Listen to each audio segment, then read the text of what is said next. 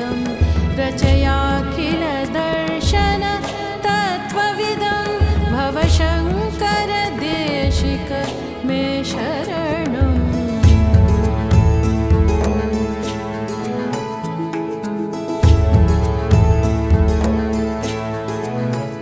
भवता जनता सुहिता भविता निजबोध विचारण चारुमते कलयेश्वर जीव विवेकविदं भव शङ्कर देशिक मे शरणम्।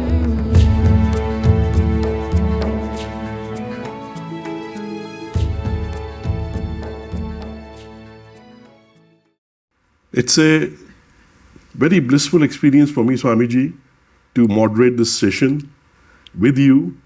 Just a line comes to my mind, that you are such a divine luminary who is soaring the spiritual skies on his golden wings. I thank you for being here today.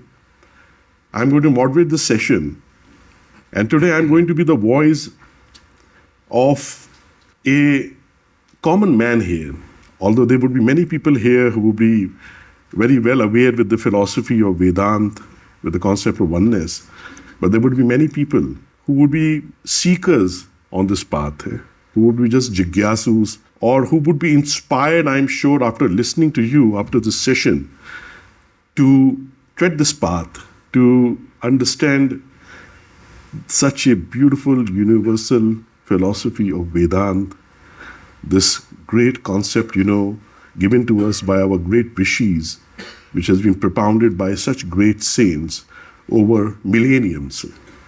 I'm sure that they will be inspired to seek further and find the truth themselves. The session is going to be in 5 sections, and as I said, we will keep it very simple, and after every session, we will open to questions from the audience. So thank you once again, Swamiji.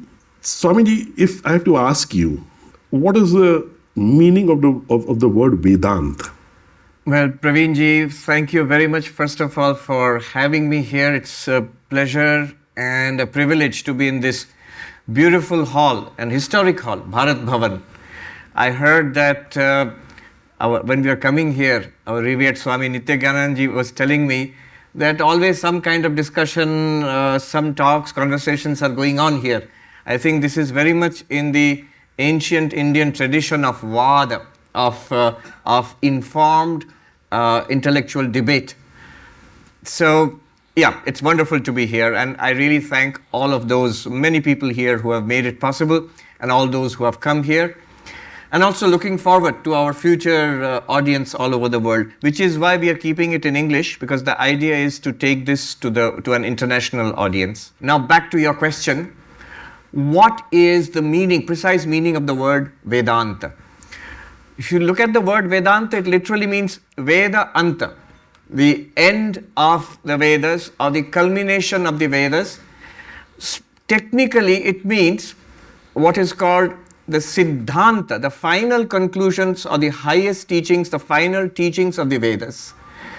These highest teachings of the Vedas are found in a series of texts called Upanishads.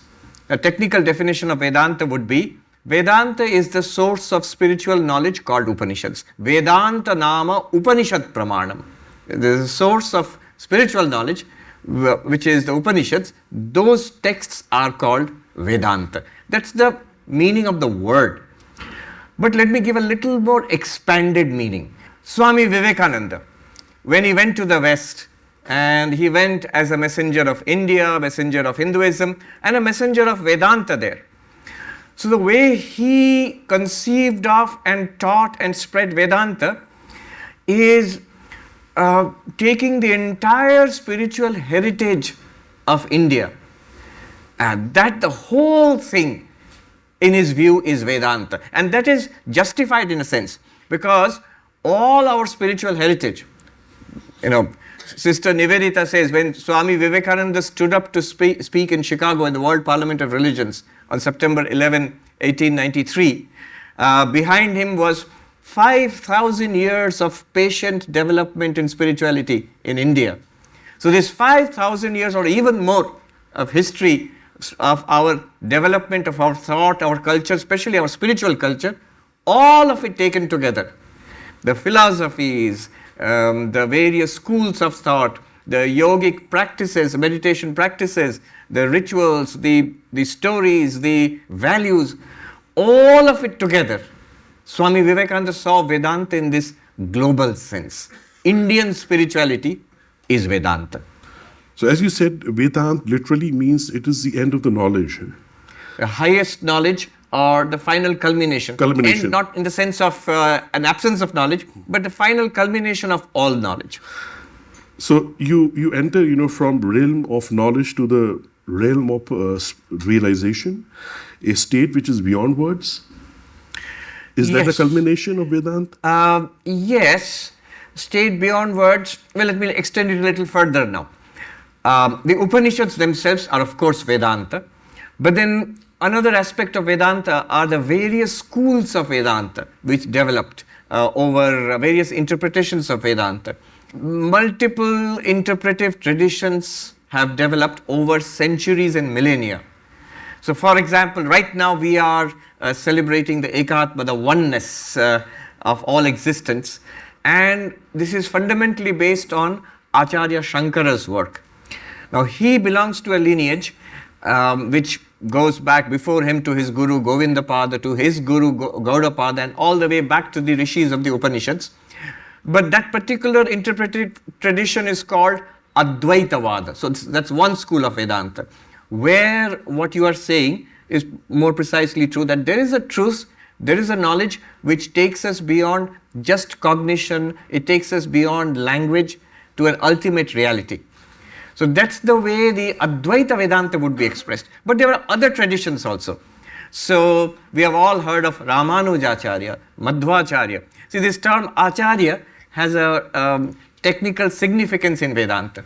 I said Upanishads are the central texts of Vedanta. There is another text which is central to Vedanta, which is the Bhagavad Gita. If you, in the Vedantic tradition, if people ask, tell us one text which is most well known and most popular, most beloved, that would be the Bhagavad Gita, where Sri Krishna draws upon the Upanishadic wisdom and teaches Arjuna. But there is a third text, a little more abstruse. This is called the Brahma Sutras, where there is philosophical consideration of the issues which have arisen in the Upanishads. And this Brahma Sutras, these have been commented upon by great masters, and those who wrote these authoritative commentaries on the Brahma Sutras, they are technically called Acharyas of Vedanta. So Shankaracharya, based on his commentary of the Brahma Sutras, on which Advaita Vedanta, the classical Advaita Vedanta stands. But there is also Ramanujacharya, Vishishta Advaita Vada. Then there is Madhvacharya, Dvaita Vada. There is Shuddhadvaita Vada of Vallabhacharya. There is Nimbarkacharya, which is Dvaita Advaita Vada. There is the Achintya Bheda Veda school of Vedanta. So Vedanta is all of these.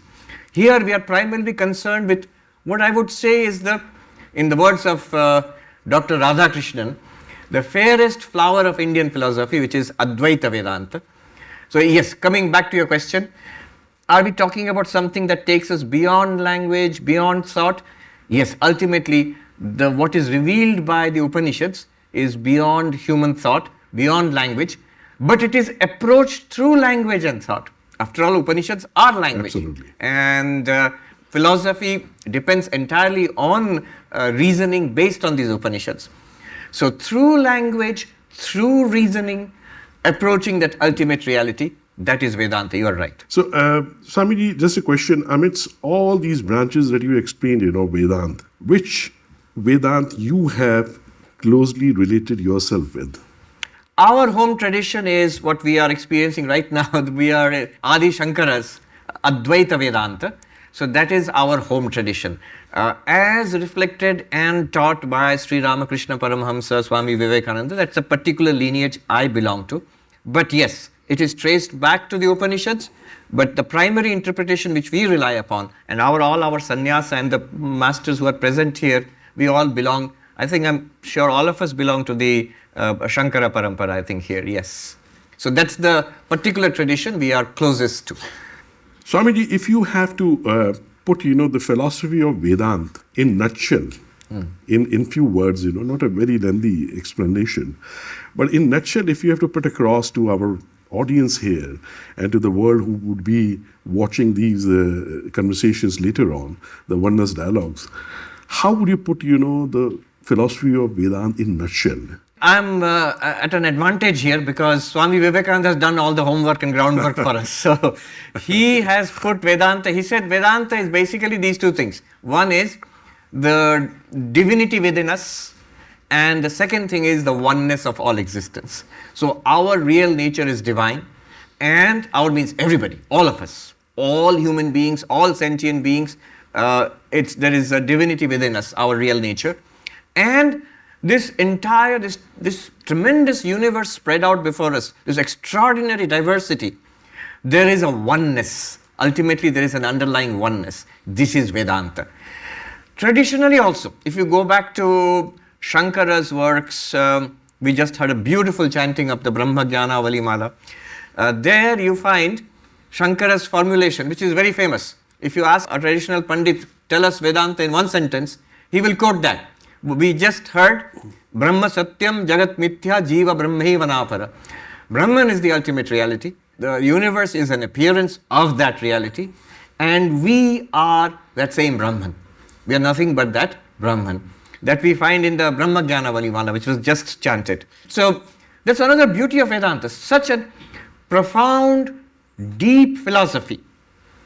Deep, it's not just a philosophy, it's an entire view of life, of civilization, of existence itself. So in the widest sense. And yet, it has been formulated with such elegance that you can express it in one sentence. You can express it as Brahman is real, the world is an appearance, and the Jiva, sentient being, is none other than Brahman. In the Upanishads, you can express it as you are that, Tattvamasi. That's all of Vedanta. Aham Brahmasmi, I am Brahman. That's all of Vedanta. You can make it even more short. Om. Just Om is all of course you have to unpack it. It's like a zip file. So when you unpack it, everything comes out of it. Absolutely. And beyond that, even beyond Om, we find in the Dakshinamurti Stotra, Shankaracharya himself says, silence is the highest expression of Vedantic teaching. So yeah, in an extraordinary, elegant way, the whole teaching can be given to you in silence. Can you say a little more than silence? Om. Little more than that, Tattvamasi, Aham Brahmasmi. Little more than that, please explain. Brahman is real, the world is an appearance, and you are Brahman. So in all these ways, I think still Swami Vivekananda's characterization of Vedanta as the divinity within us and as the oneness of this universe, and of course, how to realize it and make it active, living, nourishing in our lives. That's also what Vedanta wants us to do, and that's part of Vedanta too. Beautiful. Swamiji, there are other contemporary Hindu philosophies as well. Yes. There is Yoga, Nyas, Sankhya, there are other. But what is it there in Vedanta that if it touches you, it transforms your life, or it transforms anybody's life, And I can personally testify, for this, because it definitely transformed my life. When I read the works of Swami Vivekananda, and later the works of Swami Ram Tirth, when I was very, very young, And it so happened, that I just happened to go for a darshan in Ramakrishna Mandir, and there was a bookshop there. Not knowing anything, I just saw the books and I just picked it up, And I read it, and then later, and I would like to tell this small anecdote about my life, that later, a couple of years later, I went to see my uncle near Delhi. And here he came with a book in front of me. And he said, do you know that your grandfather gave this book to my father in 1912? And there was the book. What was it? Of Swami Ram Tirth, correction of his lectures in the Woods of God Realization. Woods of God Realization, yes. And I just looked at that book, and I don't know, it just attracted me so much So anyway, he had only one copy, so I could not borrow from him, and he used to read it every day. And I was trying to find, everywhere in Delhi where I could, procure this book, but it was not available anywhere. And so it happened, that there was Delhi Book Fair, and I used to go to Pragati Maidan and all these Delhi book fairs, to buy some books because I was very fond of reading. And as soon as I entered the Delhi Book Fair, the first stall that I saw was of Swami Ramtirth Prakashan. So I purchased, the entire series, and I read it. So it definitely, it has got, Vedanta has got, such a golden touch that it transforms, anybody's life. True. And as we see, all the great saints, from, Swami Vivekananda, Swami Ramtirth, Acharya Shankar himself, Maharishi Veda Vyas, Ramana Maharishi, so many people, and Swami Chinmayanand, and so many people, and yourself, you're in that monastic order. They become, the torch bearers, of this great, beautiful philosophy. What is that which makes this Vedanta so special, so unique? Praveenji, you mentioned the other schools of philosophy. It is true, in one sense, Vedanta is a school of philosophy, in one sense. Certainly, when we talk about Sharadarshan or Dwadasha Darshan, 6 systems of Indian philosophy, Nyaya, Vaisheshika, Sankhya, Yoga, Purva Mimamsa, and the Uttara Mimamsa, which is Vedanta, and its various sub-schools. So, technically, that is correct. But, as I said, Vedanta is Upanishads, and Upanishads is spiritual science. So the highest of sciences, the Mundaka Upanishad says, the first of sciences, the highest of sciences, Sarva Vidya Pratishtha, the foundation of all knowledge and the culmination of all knowledge is this spiritual science. And it is there in all civilizations. It is there in every religion. However, if I may say so, in its purest, most ancient form, the purest and direct teaching of the spiritual nature of ourselves and of all existence, you find in the Upanishads. That's why it transforms. That's why it is everybody, irrespective of, we are getting this teaching across oceans of time. Millennia have passed since the giving of the Upanishads. When we read the Upanishad, it speaks to us directly because it is telling us about ourselves, our real nature, who we are, what we are, and it is a saving knowledge. It transforms us and it helps us to attain fulfillment in life. It takes us across suffering and it gives us fulfillment. That's why it is so attractive. And it is basically our story. See, the most interesting subject for all of us is I, me, myself. And it's most boring for others because when we speak about ourselves, it's boring for others. But this, the teaching of the Upanishads is about our real nature. And that's why it is so transformative. It's so touching. It is tremendously significant. Yesterday, I think I mentioned, there's a Professor Evan Thompson, Professor of Philosophy in the University of British Columbia in Vancouver. He has written this book, Waking, Dreaming, Being. It's a discussion of modern consciousness studies based on, with drawing from Vedanta, drawing from Buddhism. But there he has mentioned that this consciousness studies is not a new subject. It's a hot subject now, but it's not a new subject. He said that it started thousands of years ago on the Indo-Gangetic plains in the texts called the Upanishads. Consciousness studies started there. And then he goes on to say that these Upanishads are so significant in the history of human thought that our history should be dated as not AD and BC, but before Upanishad and after Upanishad. Beautiful. So that is the significance of Upanishads. That's the significance of Upanishads. That's why it touches us so much. So we can say that just reading this, it makes us realize our true eternal self. Yes, it speaks to us about who we truly are, the goal of our life, the meaning of all of this, our deepest questions. And it speaks to us in such a pure and strong voice. There is a ring of truth about it that we feel immediately. When you read that, when you hear it being taught, you feel there is truth here. Absolutely. I remember one American lady, Josephine McLeod, who became a helper of Swami Vivekananda in his work, she says, when I first heard Vivekananda, I felt I was hearing the truth. Absolutely. Every time I heard Vivekananda, I was hearing the truth. First time I heard it is true. For second time I heard it was the truth. Third time I heard Vivekananda, it was the truth. Or every time I heard Vivekananda, it was the truth. Why? Because what was coming through Vivekananda was Vedanta. What was coming through Vivekananda was Upanishads. Beautiful. So the young audiences here, if you want to know about your own eternal self, about your true self, about the absolute truth of the universe, do read some of the books on Vedanta, do read Upanishad. And in this session, Swamiji is going to explain us further how we can do it. So now we are going to open up, for a few questions from the audience. If anybody wants to ask any question, he can ask Swamiji. प्रणाम स्वामी जी, मैं पद्म पांडे। स्वामी जी, हमने आपका मांडुक्य उपनिषद के ऊपर मेरी पत्नी ने 69 lectures का पूरा आपका ऑनलाइन सुना। उसमें आपने बताया, और आचार्य गौड़पाद जी ऐसा बोलते हैं, वो जागृत और स्वप्न अवस्था में भेद नहीं करते हैं। उन्होंने बताया कि जागृत और स्वप्न एक ही तरह से ही है।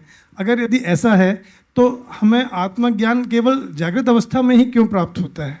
The question which was asked was a deep question of Advaita Vedanta philosophy relating to Acharya Gaudapada's commentary on the Mandukya Upanishad. The commentary is called the Mandukya Karika. In the second chapter of that Mandukya Karika, called Vaitatya Prakarana, the chapter on proving the falsity or the appearance nature of the world, he uses what is called Swapna Drishtanta, the example of using dream as an example to explain Advaita Vedanta. And there he goes further and he does something remarkable. He says, our waking world, this world we are inhabiting, and the world of dreams which we experience when we fall asleep, we make a distinction between these two. So we say this is real and that was a dream. When I say that was a dream, I'm dismissing it as not real. This is reality for us. And traditionally Advaita Vedanta takes this position that, when Upanishads teach us, when Adi Shankaracharya teaches us, most of the bhashyas, most of the commentaries, they take it, this common sense approach which we have, that yes, there is a waking world and that is distinct from the dream world and of course distinct from our deep sleep experience. These are distinct, technically what we call ontologically distinct. They have different levels of reality. And that's what we feel, common sense we feel that. In technical language in Advaita Vedanta, this is called Srishti Drishti Vada. The universe has been created by God, by Big Bang, whatever it is there, and we are seeing it. Bharat Bhavan is there, then we come and see it. It's not that we are imagining Bharat Bhavan. And in dreams, whatever we see, whatever we experience is imagined, is projected by the dreaming mind. Now, this what you call in Vedanta, in Sanskrit and Hindi, Vyavastha, this paradigm is maintained by most teachers. However, there is another way of teaching Vedanta, which is called Drishti Srishti Vada, that the whole thing, just as in your dreams, this entire dream world is a projection of the dreaming mind, in this world also, in the waking world, this entire thing is a projection. It is an appearance. And there is no fundamental difference. What we took to be a difference between dreaming and waking, there is no fundamental difference between dreaming and waking. In fact, according to Gaudapada Acharya, there are only two states. One is dreaming, other is sleeping. Your dream is a dream, your waking is also a dream. And sleeping is sleeping. And waking, real waking, is waking out of this ignorance of duality and waking to your real nature. So it is in that sense he is saying that there is no fundamental difference. I know I'm very careful about saying these things because there are masters of Vedanta here and there are Swamijis here who have been dealing with this for decades. So they are listening carefully. I'm aware that Madhusudan Saraswati has said Drishti Srishti Vada is Mukhya Siddhanta. He is in his commentary on Dashashloki, Siddhanta Bindu, I think. He says Mukhya Siddhanta. The fundamental teaching of Advaita Vedanta is actually there is no difference between waking and dreaming. Why not? You see, dreams are appearances, objects presented to consciousness. Waking is also objects presented to consciousness. The structure of waking and the structure of dreaming are not fundamentally different. Subject, object, subject, object, that's it. However, this is not the teaching of Advaita Vedanta. The teaching of Advaita Vedanta is that you are Brahman. Brahman is real, world is an appearance, and you are none other than Brahman. That's all Advaita Vedanta wants to say. So this Drishti Srishti Vada and Srishti Drishti Vada, these are what are called techniques, prakriya. There is another one also, Ajata Vada. Now these techniques of instruction, they will all take you to the same realization. It's not that by Gaudapada's method you will realize some kind of superior Brahman, Brahman plus, and by Shankara's method you will realize some inferior Brahman. No, not like that. Same realization will come. But it depends on the nature, the capacity of the seeker. So those who have extreme vairagya, those whose minds are already purified, for them Drishti Srishti Vada will work just like that. But a more easier, more graded approach is Srishti Drishti Vada. There's much more to be said about this, but I will not say it. Beautiful. I just loved it, and I would rather believe this, that this is all a dream and we are dreaming within a dream, Yes. It's like, the famous film Inception. Right. There's the movie Matrix movie also like that. Yes. Somebody told me many years ago when Matrix movie was released, that Swamiji, you should see that. Absolutely. Because what you are saying, it's very much like that. Yeah. And of course the directors, they were influenced by both Greek philosophy and Buddhism and Vedanta also. Absolutely. Swami ji, मेरा नाम शिवम पांडे है. आप silence के बारे में बता रहे थे. It was the most striking word in the whole Vedanta.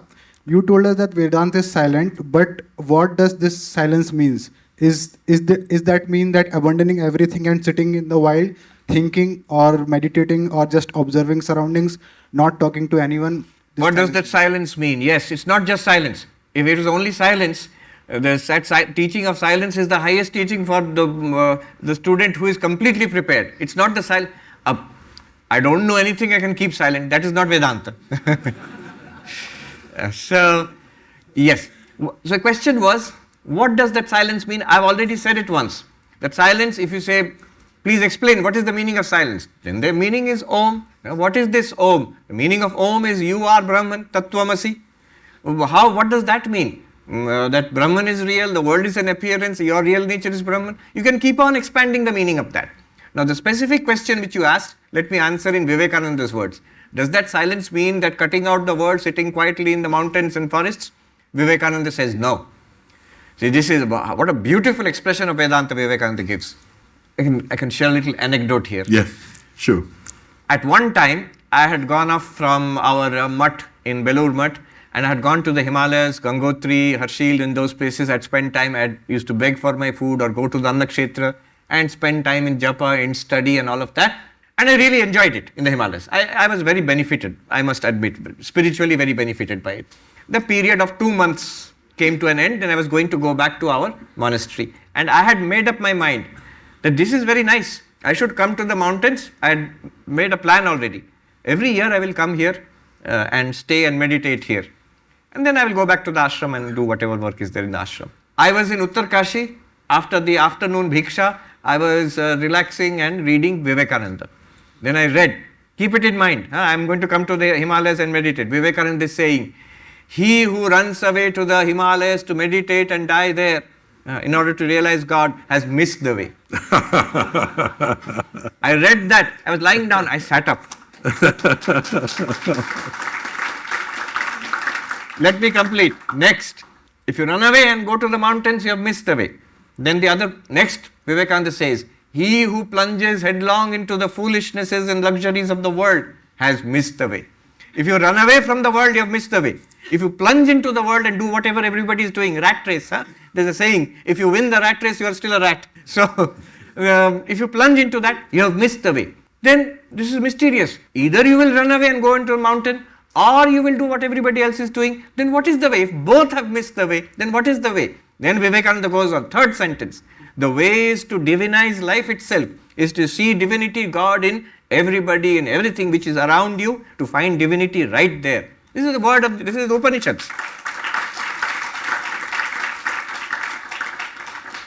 The first mantra of the Ishopanishad, Ishavasya vidam sarvam yat kincha jagatyam jagat, that in this entire moving and unmoving, this entire universe, whatever is around you. You have to discover God. You have to cover everything by God. And literally, if you see, Isha Vasyam, everywhere it is pervaded by God. Shankaracharya explains there, to cover everything by God means to uncover. God is already there. Brahman is already there. Isha is already there. Uncover. How will you uncover? Shankaracharya says you have to discover. To cover everything by God means not artificially. Not trying to think everything is God. No, not like that. Not that everything is Brahman. Not like that. You have to uncover it. Uncover means to discover it. Mahatma Gandhi has said that if all of the texts of Hinduism, all of it were to be lost, only the first line of the Ishopanishad was left, all of Hinduism would be left, would still be there. That is Vedanta. Now, what about then going away to the mountains and meditating? Is it wrong? It's not wrong. It can help you. It can help you certainly. But that is not the central message of Vedanta. Central message of Vedanta is in the Himalayan cave meditating, there also is Brahman. But if you say that in Kurukshetra battle Brahman is not there, then you are making a mistake. Sri Krishna, that's why he told Arjuna, if you want to realize, if you want to become enlightened, yes, you can go and meditate in Himalaya and become enlightened, but you can become enlightened here also. But if you think only there you can become enlightened and not here, you are making a mistake. That is not Vedanta. Beautiful. We are moving on, Swamiji, to the next session, which is the essence of Vedanta. Or relatability. Yeah. So, Swamiji, one of the principal teachings of Vedanta has been, Advaita Vedanta, that the denial of the little self, with which, people identify all their lives. What is this little self, and first stage, how we can get beyond this to realize, the true self within us? Yes. This brings us to what is Vedanta to us? How can we relate to Vedanta? What is it to us? It's nice to read about it. It's a wonderful philosophy and we can hear so many good things about it. But what good does it do to me? Vedanta is first and foremost, Vivekananda says, first it was practical, then it became a philosophy. So first of all, it should be of benefit to me. To whom? Not just to those who are wearing Gerua and sannyasi, to those who are students, to those who are businessmen, housewives, to those who are politicians, and every field of life, everybody in life, every age, wherever you are, whatever you do, Vedanta should be able to, you should be able to relate to it and it should be of use to you. How it is useful to us is, first of all, it should not remain just as something in the books. It is something that should become living for us. We should be able to say it's not a theory. What I mean by that is, right now we are sitting here. This is not a theory for us. This is a fact. Now if I say, you are Atman, Brahman, Satchidananda, we will say that's a theory. Vedanta says that is not a theory. As we feel that right now sitting here is a fact for me, I don't need any philosophy, it's real for me, it's a fact for me. Exactly in that same sense, that you are limitless consciousness, limitless existence, consciousness, bliss, that Satchidananda, that you are Brahman, that's equally, it is a fact. Now, how do I realize it as a fact? How do I make it real for me? That is where Vedanta comes in. It tells us, it shows us methods for inquiry. See here, let me say, spirituality can be done in many ways. I have often said this, Sadhu said, there are two paths, mano ya jano. Either you believe it, that's one kind of spirituality, and that's also there in Vedanta. In the bhakti schools of Vedanta, it depends on belief. Vishwas kar lo, maan lo, that you believe it, and then only it will start. Most religions are like that. In the West, in America, religion means faith.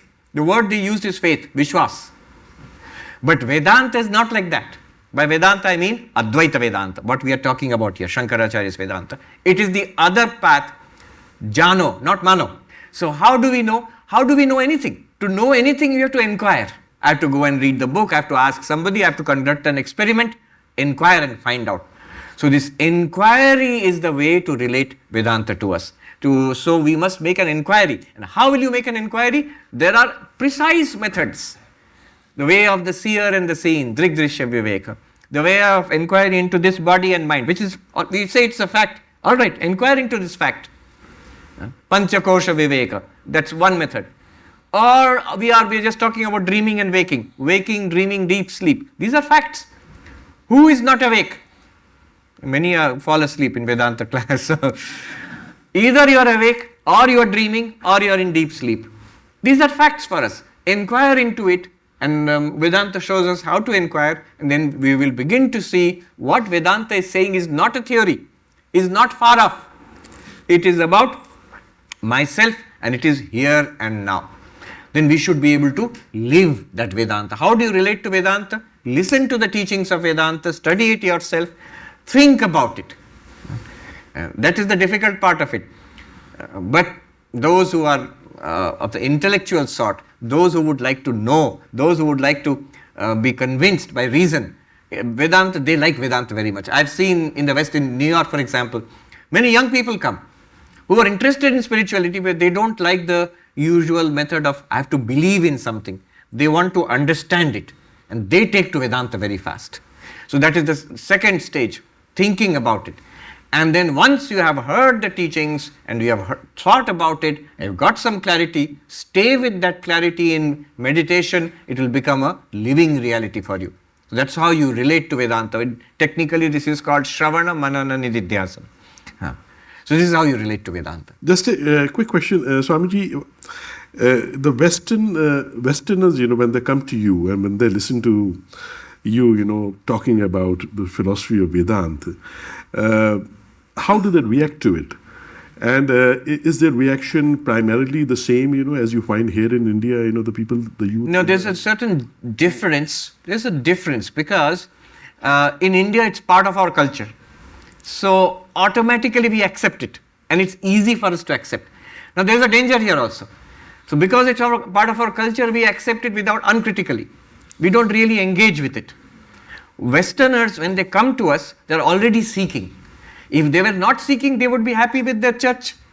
Or some of them are atheistic, not interested at all in spirituality, so they'd be happy. Why would they come to Vedanta Society? But when they come to Vedanta Society, many, I won't just say Westerners, non-Indians, those, it could be in America now, there are not only white people, there are African Americans, we get Asians coming to the Vedanta Society.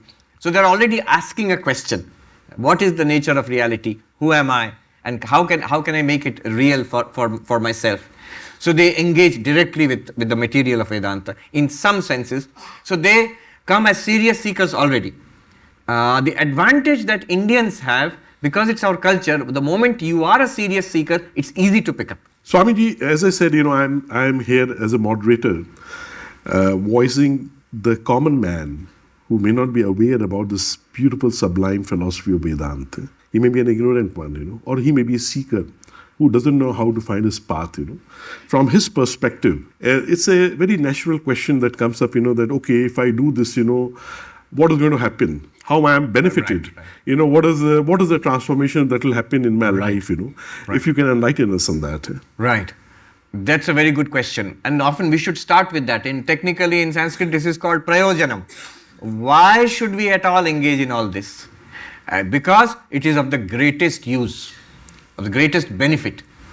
Not just at the end when you become enlightened and you realize Aham Brahmasmi and you are free of samsara. That's there, of course. But even before that, as we go along the path, we get benefit. There's a professor of philosophy at Harvard University, Professor Parimal Patil. He's the only one who's teaching Indian philosophy there, in the philosophy department. So he asked me this question, theoretical, a rhetorical question, that why should at all anybody become interested in spirituality? After all, moksha, nirvana, whatever, he was teaching Buddhism. How many people attain it? So if the chance of success is so little, why should anybody be interested? So I gave him two answers. Why should you be spiritual? Why should you follow Vedanta, for example? And he gave me a third answer. I'll quickly summarize the three answers. First answer is, it is not that moksha and nirvana are only for a few. Everybody will get moksha. You are Brahman, what can stop you from realizing yourself? But when you will get, so Sri Ramakrishna says, in Banaras, it's a place of Ma Annapurna. Nobody will go hungry. Only thing is, you may get your food early in the morning, afternoon, sometimes evening also. So in the cosmic cycle, you may get your moksha now in this life, next life, or after 1,000 lifetimes also. But you will get it. So first answer is, it's not that only few will succeed, all will succeed. The more effort we make, the quicker we take it up, the quicker the result is. If you don't take it up, you will come to it. Vedanta is very patient. If you say you are not interested in all this, very good, go your way. We will wait. Next lifetime you can come back. Then the second answer, this is the first answer. We will succeed, no doubt. This is guaranteed. Second answer is, once you get a taste of Vedanta, what else will you do? This is the highest thing, the best thing. And it does not contradict what you are doing. You can have your job, you can have your family, or you can be a monk, you can be a solitary spiritual seeker, whatever you are. The best thing in your life, this is the gem. This is the crest jewel, the chudamani of all spiritual paths, of all spiritual philosophies. Let me be a little narrow, little fanatical, little Vedanta, Advaita promoting. This is something I had heard from a sadhu. Now, it may be, we are a little hesitant to, what is that phrase in Hindi, apni bhopu aap bajana. But because we are all interested in Advaita Vedanta here, let's stay with Advaita. To blow your own trumpet. Blow your own trumpet, but let's do this little while, without causing any offense to any other path. Absolutely. Or any other. All right. This sadhu told me, once you have taken up the highest, don't resort to something lower. He gave the example, a little story. He said when Hanumanji, he went to Lanka and he was fighting, I think it was Indrajit, he unable to defeat Hanuman. So the ultimate weapon given by the gods, he used it. Now Brahmastra goes to Hanumanji and says, it's a question of my prestige. You please cooperate with me. Otherwise, nobody will give me prestige. So Hanuman said, all right, to show respect to Brahmastra, I will collapse, I will faint. So that's what happened. Brahmastra was used and Hanuman cooperated with it and fainted, fell down. Now the Rakshasas being Rakshasas, one sign is that they don't have Shraddha. Brahmastra has been used and the Hanuman has fainted, has collapsed. That's it, he is captured. But they thought, Brahmastra is all right, a little rope also is necessary. So let us tie this Hanuman with ropes, ordinary rope. So they tied Hanuman with ropes. Brahmastra was insulted. What? You fools! Because of me, Hanuman is cooperating and has fainted. And now you are saying you have to supplement me with ropes. Then I am going. Goodbye. Brahmastra left. Hanumanji's condition was fulfilled. Immediately he got up and he burst out of all the ropes. He slipped out of the ropes, and then you know what he did to Lanka. So then the sadhu, after telling this story, he says, here is where, blowing your own trumpet, once you have caught hold of Advaita Siddhanta, don't look downwards. So, and it's not just this sadhu saying, Vivekananda himself, when he's talking about Dvaita, Vishishtadvaita and all that, one by one, step by step is going. When he comes to Advaita, he says, I cannot stay with falsity anymore. Let us come to truth. So, yes, this is what I wanted to share with you. As you rightly said, that once you get a taste of Vedanta, there's no way to go. Right. So this is the second answer which I gave. That why should you come to Vedanta? This is the best you have got. Honestly, I have explored the spiritual, philosophical, religious texts across the world. I have not come across anything that comes close to Advaita Vedanta. Nothing in this world. I met Professor Mahanti, Jitendranath Mahanti. He was a great philosopher who passed away last year, a year before last. He was from Orissa, but he had this wonderful combination of Eastern and Western philosophy. He studied in India, Nyaya, Vedanta. Then he went to Germany to study Western philosophy. He studied phenomenology of Husserl after Second World War in Germany. And he became an authority on Husserl's phenomenology. So Eastern and Western philosophy. That gentleman, Professor J.N. Mahanti, told me, Swamiji, in all my studies of the spiritual and philosophical literature of East and West, I have not come across a single sentence more profound than the opening sentence of the Adhyasa Bhashya of Shankaracharya. First sentence of Adhyasa Bhashya, those who have studied, they know. They say that Yushvataspat Pratyagochari, that one. He says, I have not come across one sentence which is more profound than that. All right. Then that Professor Parimal Patil said, these are two good reasons. I will give you third reason why you should relate to Vedanta, why you should be spiritual, why you should follow spirituality, generally he said. It is because not only ultimately you will get moksha, that is your belief, faith. Not only it's the best thing, but also day to day people get benefit from it. Once you come to Vedanta, and spirituality in general, but once you come to Vedanta, your life, our life will have meaning. You will not feel that emptiness in life. It will have meaning, purpose, and a high purpose. Everything else comes and goes in life. Family, job, health, even this body. Vedanta will stay with you from now, throughout, till the end of life and beyond life also. Till eternity. Yes. Beautiful. So these are the three reasons why we should relate to Vedanta. So I'm sure the audiences listening here and who would listen to this later on would understand how Vedanta can benefit their lives, how it can make their lives blissful.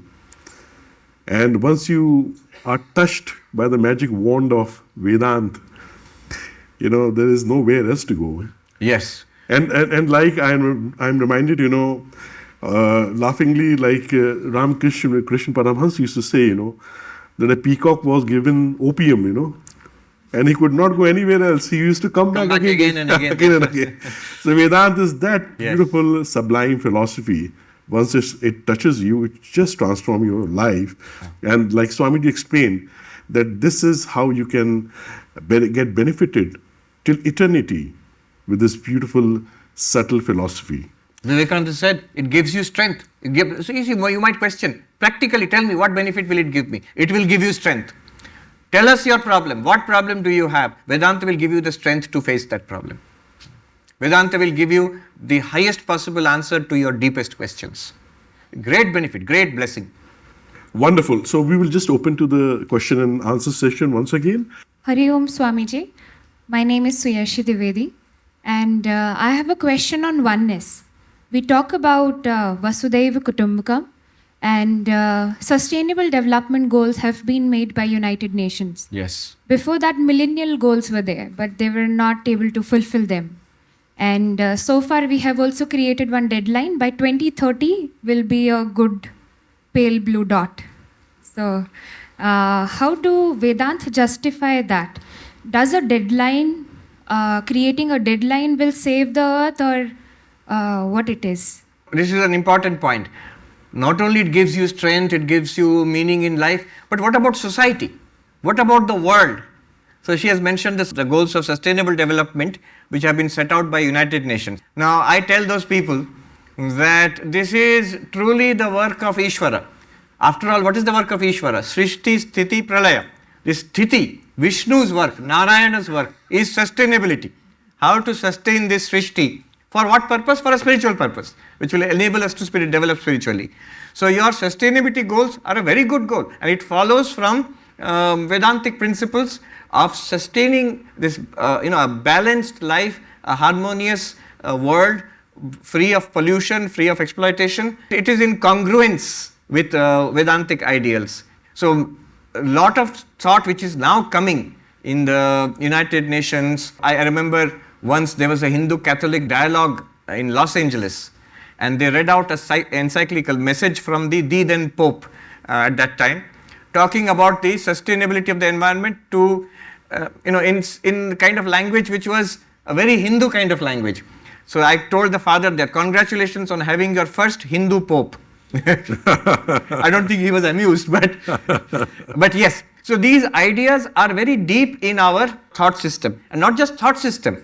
In the life of the villages, you will see the way village society, the environment is maintained in our traditional agriculture. I don't know much about it, but little bit I've heard here and there. It shows that the same thought pattern is that sustainability.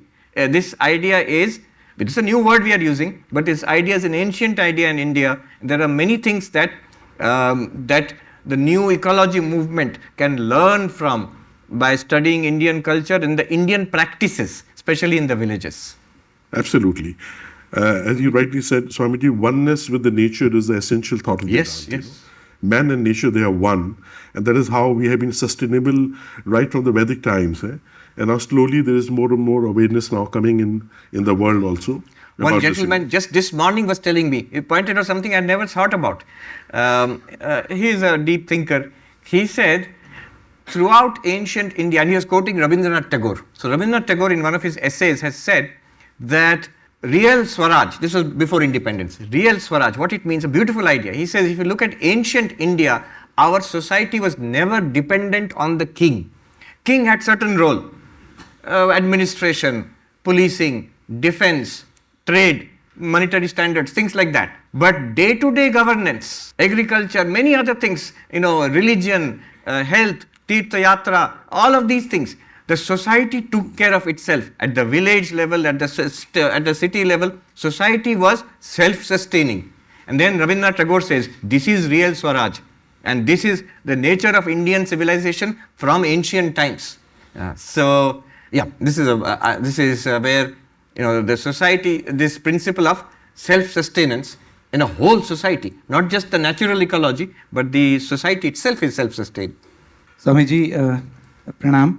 मेरा नाम Chetan Singh Solanki, professor from IIT Bombay. I'm drawing from the same question that she has asked. We have been discussing about the oneness from the last 2 days, and whatever observation that we have of the world today, that the air is polluted, water is polluted, and I really feel surprised how humans can pollute the same water that they are only going to drink, how we can pollute the same air that we are only going to breathe, and how we can pollute the same soil from which we are going to grow the food and eat. So the whole problem, and now it is global warming and climate change, is it the lack of understanding of oneness that people have in the world, and therefore we are missing the link terribly, and we are going terribly wrong. We are degrading our own energy levels, and is the teaching of oneness is the one tool that the world can use today to bring that co-relationship and relationship between each element of the nature, air, water, soil, but also each animal and each human beings. That oneness will help us to really come out? I think, sir, you have answered your own question. That is true.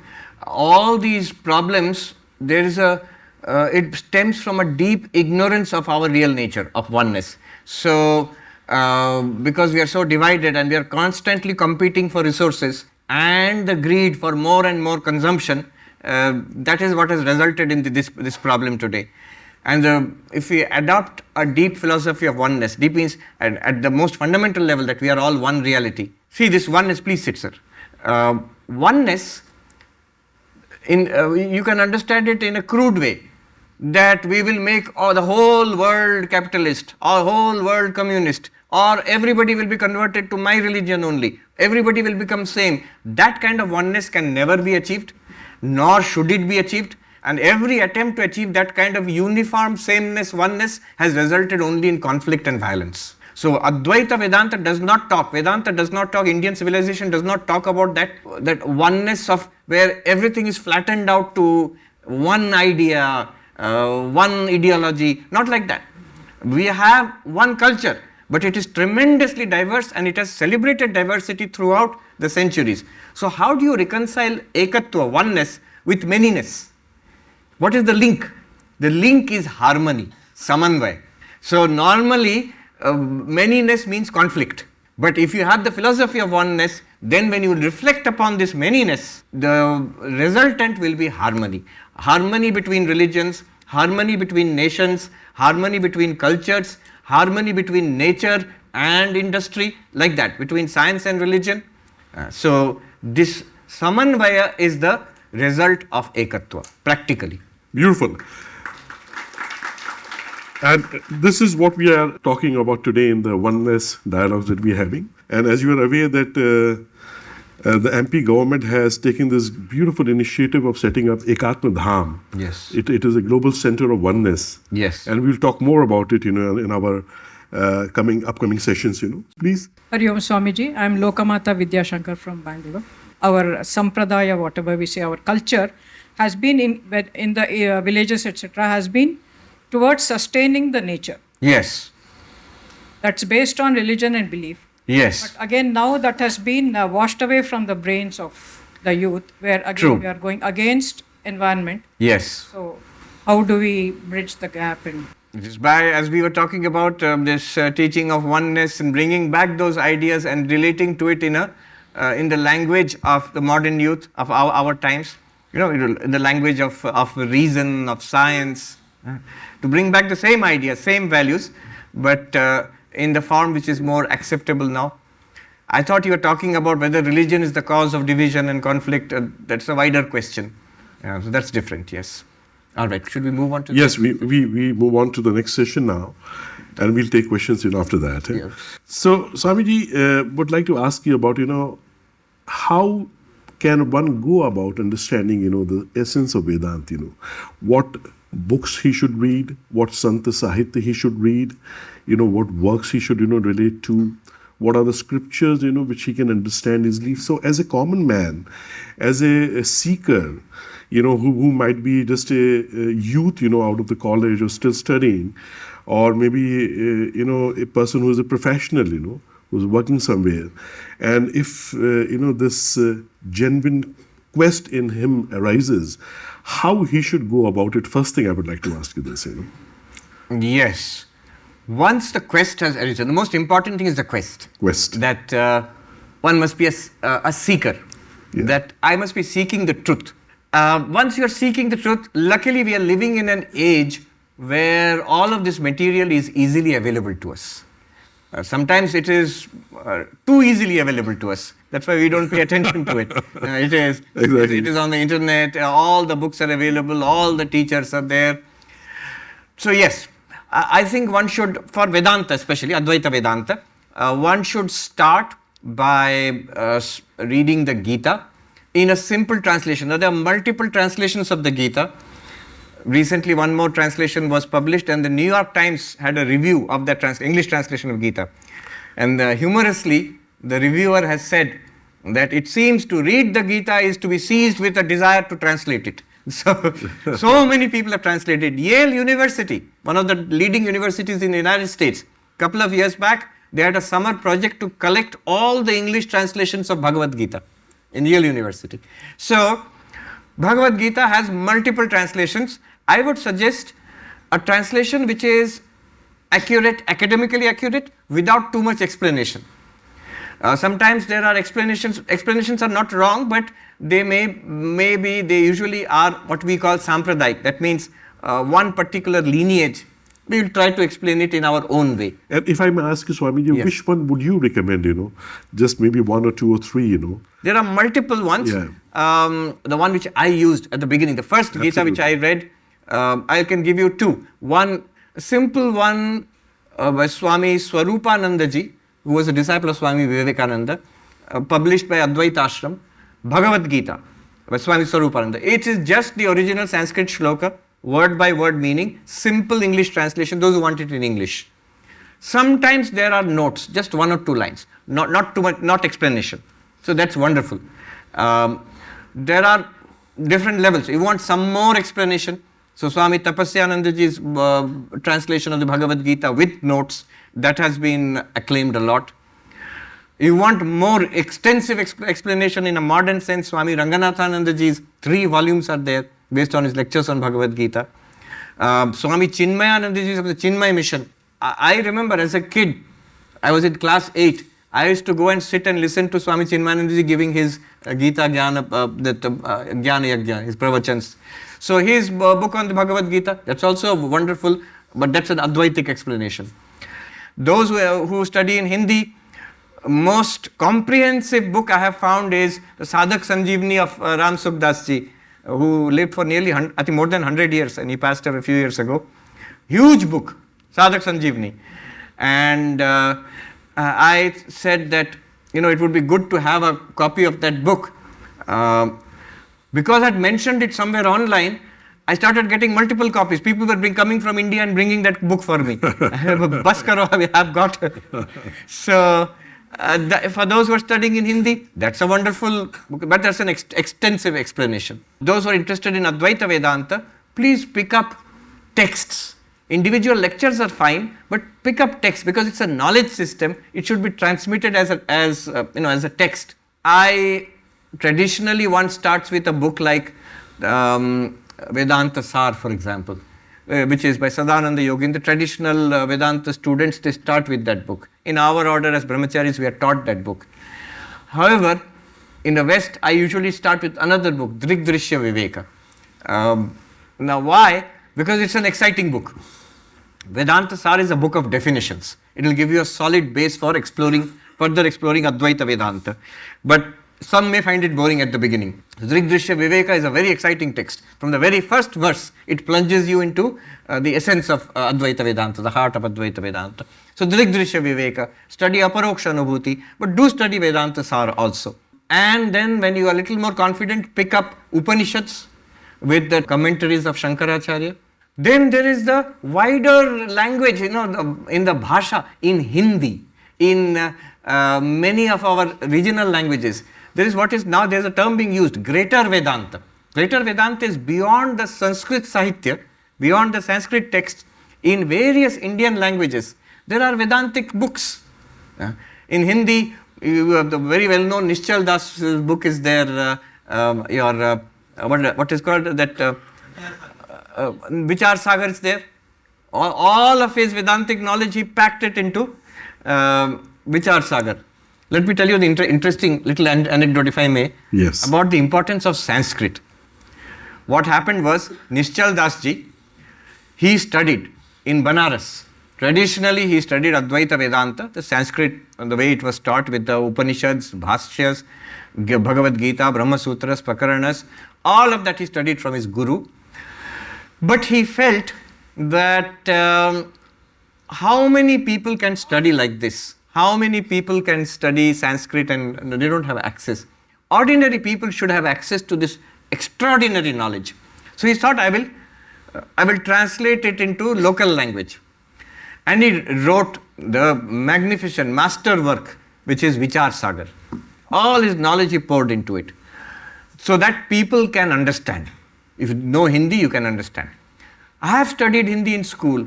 Many of us here have studied Hindi. If you start reading Vichar Sagar, you won't be able to understand anything. The reason is, Hindi is like any other language, it evolves and changes over time. In the last 100, 200 years since Vichar Sagar was written, Hindi has changed. So it is very difficult to understand the original Hindi of Nischal Das ji, and that is also abstruse Vedantic thought, so it becomes extremely difficult. What happened was, in between, a sadhu in the south of India, he thought this book Vichar Sagar is so nice, it should be available in Sanskrit for those who don't know it. So he translated it back into Sanskrit. And Vichar Sagar is now available in Sanskrit, published also in Sanskrit. And today, those who know Sanskrit, simple Sanskrit, they can understand the Sanskrit better than the Hindi, because Sanskrit as a sort of fixed, perfect language system is frozen according to the rules of grammar. So what Shankaracharya has said 1200, 1300 years ago, you can understand today. What Nischal Das said to make it easy to give it in Hindi, you cannot understand today unless some Hindi teacher explains it to you. But if you translate it to Sanskrit, again you can understand. Across India, north, south, east, west, scholars and sadhus and all those, Sanskrit was the common language for culture and philosophy for millennia. Anyway, that's a little anecdote about Sanskrit. Moving forward, Swamiji, so I think now I'm sure this is a great starting point that you have explained, to all the seekers on this path, how to go about it, So I'm sure they would be largely benefited, by your words. One thing I would like to add also is, most important, it is very accessible to us by modern teachers of Vedanta. So primarily I would say Swami Vivekananda's complete works. So they are in English and now translated into multiple Indian languages very powerfully. The same old Siddhanta of Vedanta has been put to us in an accessible way, also in an inspiring way. There is a power in those words. If we study that, you will be inspired to follow and practice and embody it in your own life. And not just Swami Vivekananda, there are numerous modern teachers of Vedanta in whose works in English and in other multiple Indian and now many foreign languages also. At Harvard University, I met a Chinese gentleman, young Chinese student, who is translating Patanjali Yoga Sutras with Swami Vivekananda's commentary, Raja Yoga, into Chinese, into Mandarin, published in Beijing. So this kind, it's now available in multiple languages through the works of modern teachers of Vedanta. Absolutely. That's an important thing. Like, Ramtirth, you mentioned. Like you Swami came across, Ramtirth. yes, Yeah, you came across it absolutely. through Swami Ramtirth. And it so happened, Swami Ramtirth was a professor of mathematics. Yes, of course. And he met Swami Vivekananda in Lahore. Yes, he met Vivekananda in Lahore. Yeah. And that just transformed his life, Yes. And he was so much inspired that he became a monk himself. You have given me another clue. Another thing about practically practicing Vedanta is to come in contact with Vedantins. Those who are studying, practicing and teaching Vedanta, especially monastic teachers of Vedanta, in whichever sampradaya they are, it's good to come in contact with such people. Sri Ramakrishna always used to emphasize this, sadhu sangha. Come to meet people, talk to people who are actually practicing it in their own lives. Then you see one flame, we lit the diya outside. From one flame you can light another flame. I can light my own heart by coming in contact with people who are practicing it daily in their lives. I will also feel that it is real, it's not a theory. I can practice it right now in my life. That is the most important part. And that reminds me of an anecdote from Mahabharata. When one of the questions that the Yaksh, he asked Yudhishthira is that how wisdom can be attained. And Yudhishthira said, that wisdom cannot be attained only by reading books. It can only be attained by keeping company with the wise. Company with the wise, yes. By keeping company of a true Vedanti, I think that, transformation, it starts happening. Yes, yes. Like a Midas touch, Yes. You start getting transformed. I heard from a sadhu in our Ramakrishna Math that those who we learned Vedanta from, other senior Swamijis, Acharyas, by looking at their life, we felt that if I study Vedanta and practice it, I can be like this. So let me find out what is this Vedanta. Beautiful.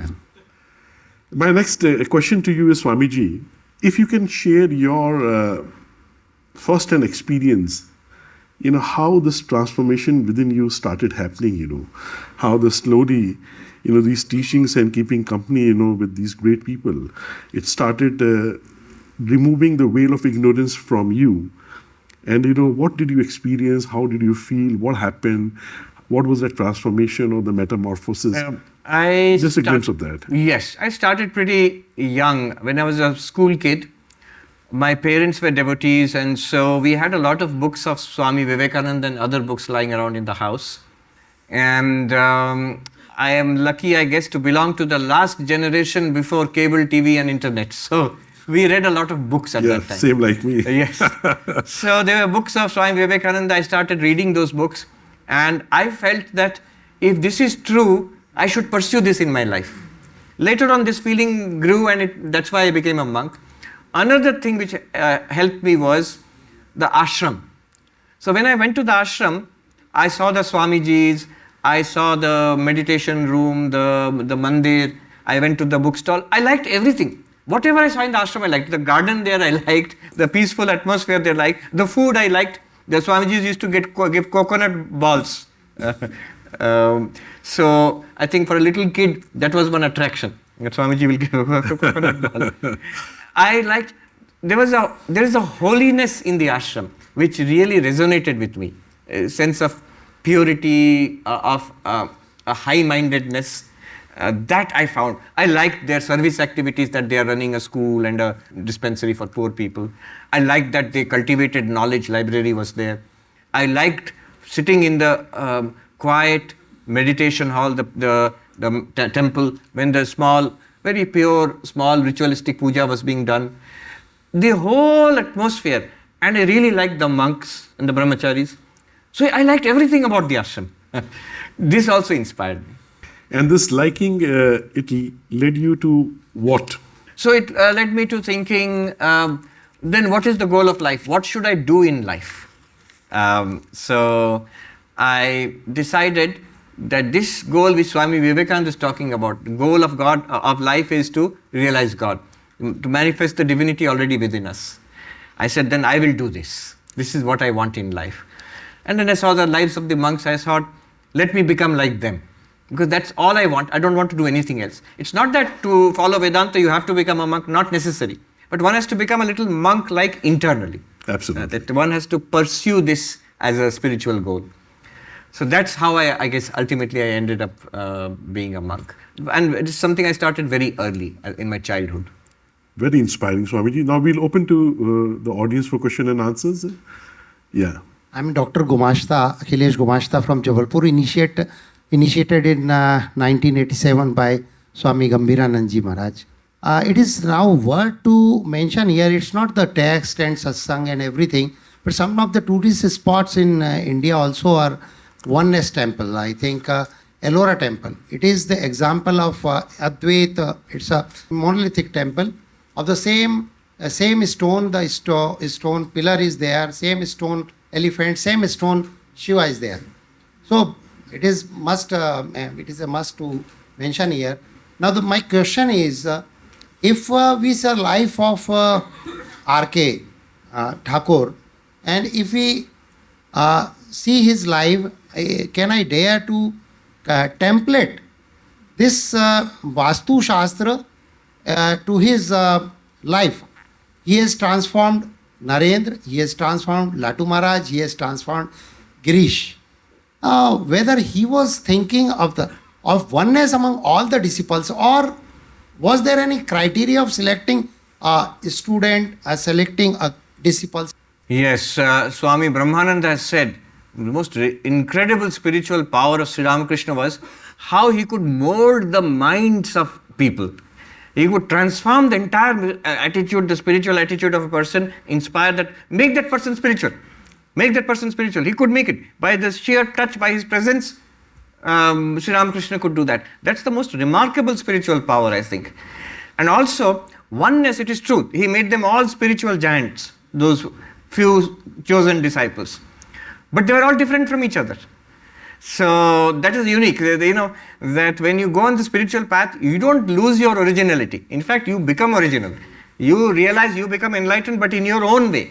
And you will express that oneness in your own way. That we see in the disciples of Sri Ramakrishna. Was there a criterion? He was very picky.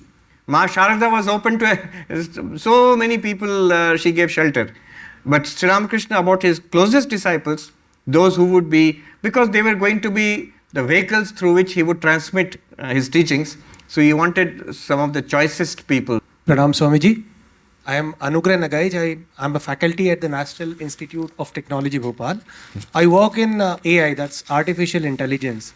And a very good friend come younger brother of mine who unfortunately could not make it today in this event, he talks of AI as an Advaitic intelligence.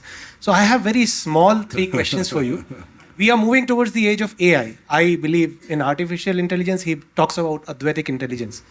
So we often ponder, and we have this question which we wanted to share with you. One, how important it is for us to induct our kids into the AI which he talks about, that is the Advaitic intelligence. What should be the right age and right mode to introduce them the philosophies of Advaitic intelligence, and not just Advaitic intelligence, but also other related philosophies.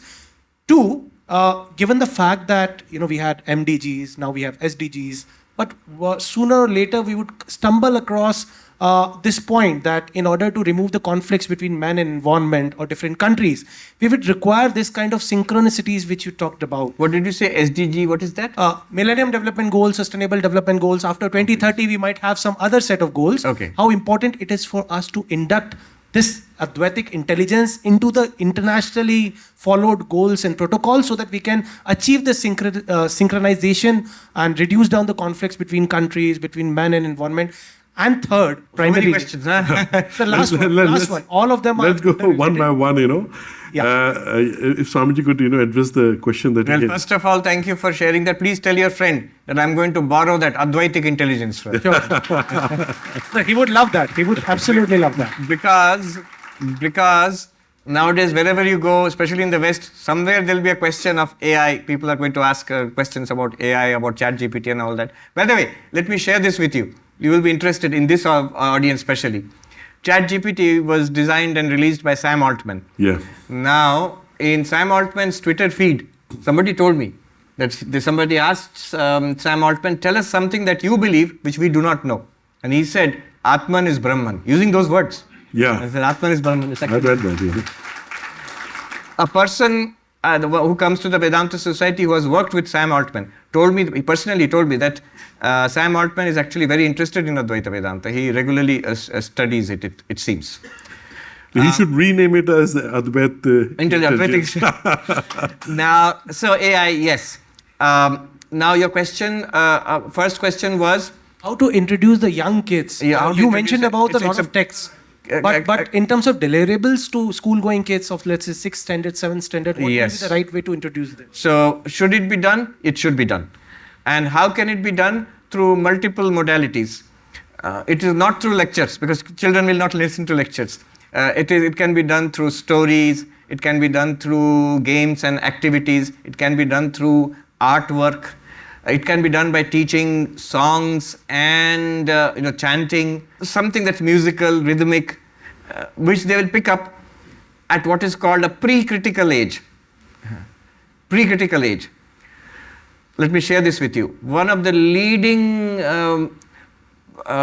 intellectuals in the world today, whom you will never associate with religion, spirituality at all, and she is actually seems to be a big critic of religion and spirituality. Professor Gayatri Chakravarti Spivak. She is eminent, very eminent. They call her the queen of postmodernism. She is in Columbia University. She's an emeritus professor, more than 80 years old now. So somebody asked her that, I was there in that occasion, how is it that you are critical of everything about religion, but you are not critical about Vivekananda? You are not critical of Ramakrishna? She said, how can I be critical? I absorbed Vivekananda, Ramakrishna, Sharada, all these things I absorbed at a pre-critical age. As a child, I absorbed all those things. So, Beautiful. Beautiful. At a pre-critical age, the highest ideas, noblest ideas, most liberal, open, universal ideas, those should be given to children. I will give you an example. Dr. Sarvapalli Radhakrishnan, after the independence of India, he was head of a University Education Commission, 1948. So what will be the form of college and university education in the future of India? That was the first commission established after independence, and he was the chairman. In his report, University Education Commission report 1948, one chapter, Dr. Radhakrishnan says, we must give spiritual values to the youth of India. And he argues, what about secularism? How can you teach religion, spirituality in a secular country in college and university? Dr. Radhakrishnan says, there is nothing against the Constitution of India if you teach the highest values, most universal spiritual values taken from different religions. You are not preaching one religion against another religion. That you cannot do. But to teach values, spiritual values, universal values, that is not against the Constitution of India. And not only that, in that University Education Commission, he has given a full detailed syllabus based on Upanishads, Gita and all that. First year, second year, third year, what should be taught? The whole thing was ignored by the government of India at that time. That chapter, entire chapter was not taken up. So nothing was given in schools and colleges. But it should be given from childhood, middle school, high school, college and university level. And of course, you don't have to follow what Dr. Radhakrishnan has said, but you can get your own syllabus now. And it's not just books, but multiple modalities. Nowadays there are, what is that cartoon kids like that Hanuman cartoon, Little Hanuman, like that. So many things are there. So many cartoons, games, activities, but also chanting, little ritual, and this idea that we are all one. Children can pick up. Swami Vivekananda says, it is so simple a truth, even a child can understand it. Yeah. The next and third question, I'll quickly combine them. Given the fact that one day sustainable development goals after 2030 would be replaced by some other goal. Our beloved Prime Minister of India also talks about a Viksit Bharat leading and guiding the world in 2047. How important do you think it is for us to be the torchbearers of this Advaitic intelligence, as my dear friend Ashutosh talks it? And how do you see it converting into reality? It's very important because at the heart of all of this, the very good recommendations are there, the Millennium Goals, as you said, then the Sustainable Development Goals, but there is no underlying philosophy behind it. The underlying philosophy is still the old materialistic idea that we must exploit the world and get a higher standard of living. Mahatma Gandhi was asked, when he said he was against industrialization, I don't agree with that, but he was asked, don't you want your country to be as prosperous? In those days, the ideal was Great Britain. As prosperous as Great Britain, it seems Mahatma Gandhi said, to attain that level of prosperity, Britain had to colonize half of the world. How many worlds will be necessary for a huge country like India to be a consumerist nation like that? Underlying philosophy, spiritual philosophy. We are a spiritual civilization. So first of all, again I'm quoting Tagore. Just today one gentleman told me this very beautiful thing that Rabindranath Tagore has said. First of all, we must become what we are. We already are that, but we have to become that. We have neglected what we are. So we have to become that ourselves, and that is based on this Upanishadic worldview, this Vedantic worldview, this spiritual worldview. And then it will be an example for others and it can be communicated to others. That's what I'm saying. Swamiji, just for the clarity of the audiences who would be watching this, what is this pre-critical age that we talk about? Which pre-critical age, for the kids, for the children to get exposed childhood, to? Till what age would be most I ideal? guess up to at least 15, 16, then say up to the age of say 14 or so. You see, up to the age of 12, for all children, father, mother, teacher is hero. After 12, for all children, father, mother, teacher is zero. Then friends are hero. So up to the age of 12, 13, 14, it can be taught in one particular way. Then after that age, from the age of 14, 15 onwards, this Vedanta, these teachings can be given through reasoning, through philosophical inquiry, that children will be able to grasp at that age. So there is a pre-critical method of teaching, say pre-teen, let us say, and there is a critical method of presenting it. What is more amenable to critical teaching than Vedanta? I remember when I was learning Vedanta from one of our Acharyas, so one day I was a brahmachari, very tentatively I asked that Swamiji in front of the gate of Belur Math, I have a question, can I ask? I thought he might be annoyed or something. He said, you go ahead and ask any question. Better brains than yours for thousands of years have asked the most critical questions about Vedanta, and all of them have been answered to their satisfaction. So don't think if you ask one question, Vedanta will come tumbling down. So you are Swami Sarvapriyananda. He told this to me. Beautiful. Yes. Namaskar Swamiji. I'm Professor V.K. Malhotra. By training, I happen to be a student of economics. Namaskar. And I have headed country's think tank, Indian Council of Social Science Research, for 2 consecutive terms. My questions are very, very simple, in fact. When we say Vedanta have led us to culmination of knowledge, finalization of knowledge, something like that, do you see there is any scope for further knowledge creation? That's one thing. When we say we start with the first line of the Upanishad, and that is the final word.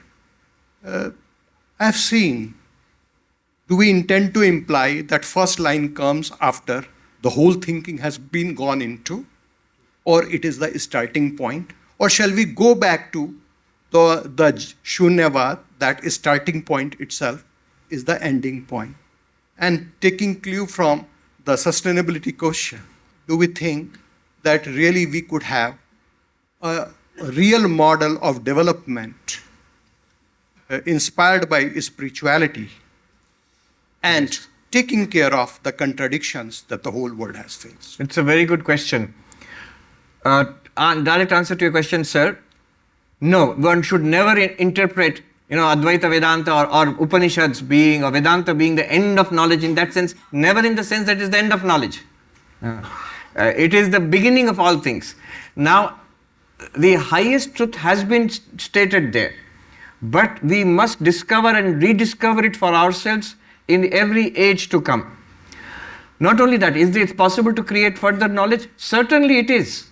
And that has been, in one sense, we have been a knowledge-based society for centuries and millennia. All our religion, all our texts, you see, they're all in the form of question-answer. They're all about seekers seeking knowledge, going to teachers, and then going to teachers and asking questions and arguing with the teachers. Once, Sister Nivedita asked a question, and then she was asking one after another questions to Vivekananda, and she felt that maybe Vivekananda will get upset. So he said, Swamiji, you are not getting upset because I am asking questions. Vivekananda said, never be afraid of questioning. I argued with my teacher, Ramakrishna Paramahamsa. I argued with my teacher for 6 long years. And as a result, I know every inch of the way. And he took the pebble and he said, I am as hard as this. So never be afraid of asking questions. Now that is, so the beauty of the Advaitic path is, once you begin to get what it is saying, you realize it can withstand, and in fact it welcomes questioning. Questioning is the way, that jano ya mano. Mano is the way of traditional religion, of the faith-based approach. But jano, knowledge, is the way of the seeker, the way of the questioner. Some people say, why do you stress so much on Advaita Vedanta? So see, one reason is, among many reasons, of course it's my favorite philosophy, but one reason is, it's my home tradition, but one reason is, the people I have to deal with and talk to. There are Buddhists, there are cognitive scientists, there are out and out atheists like Sam Harris.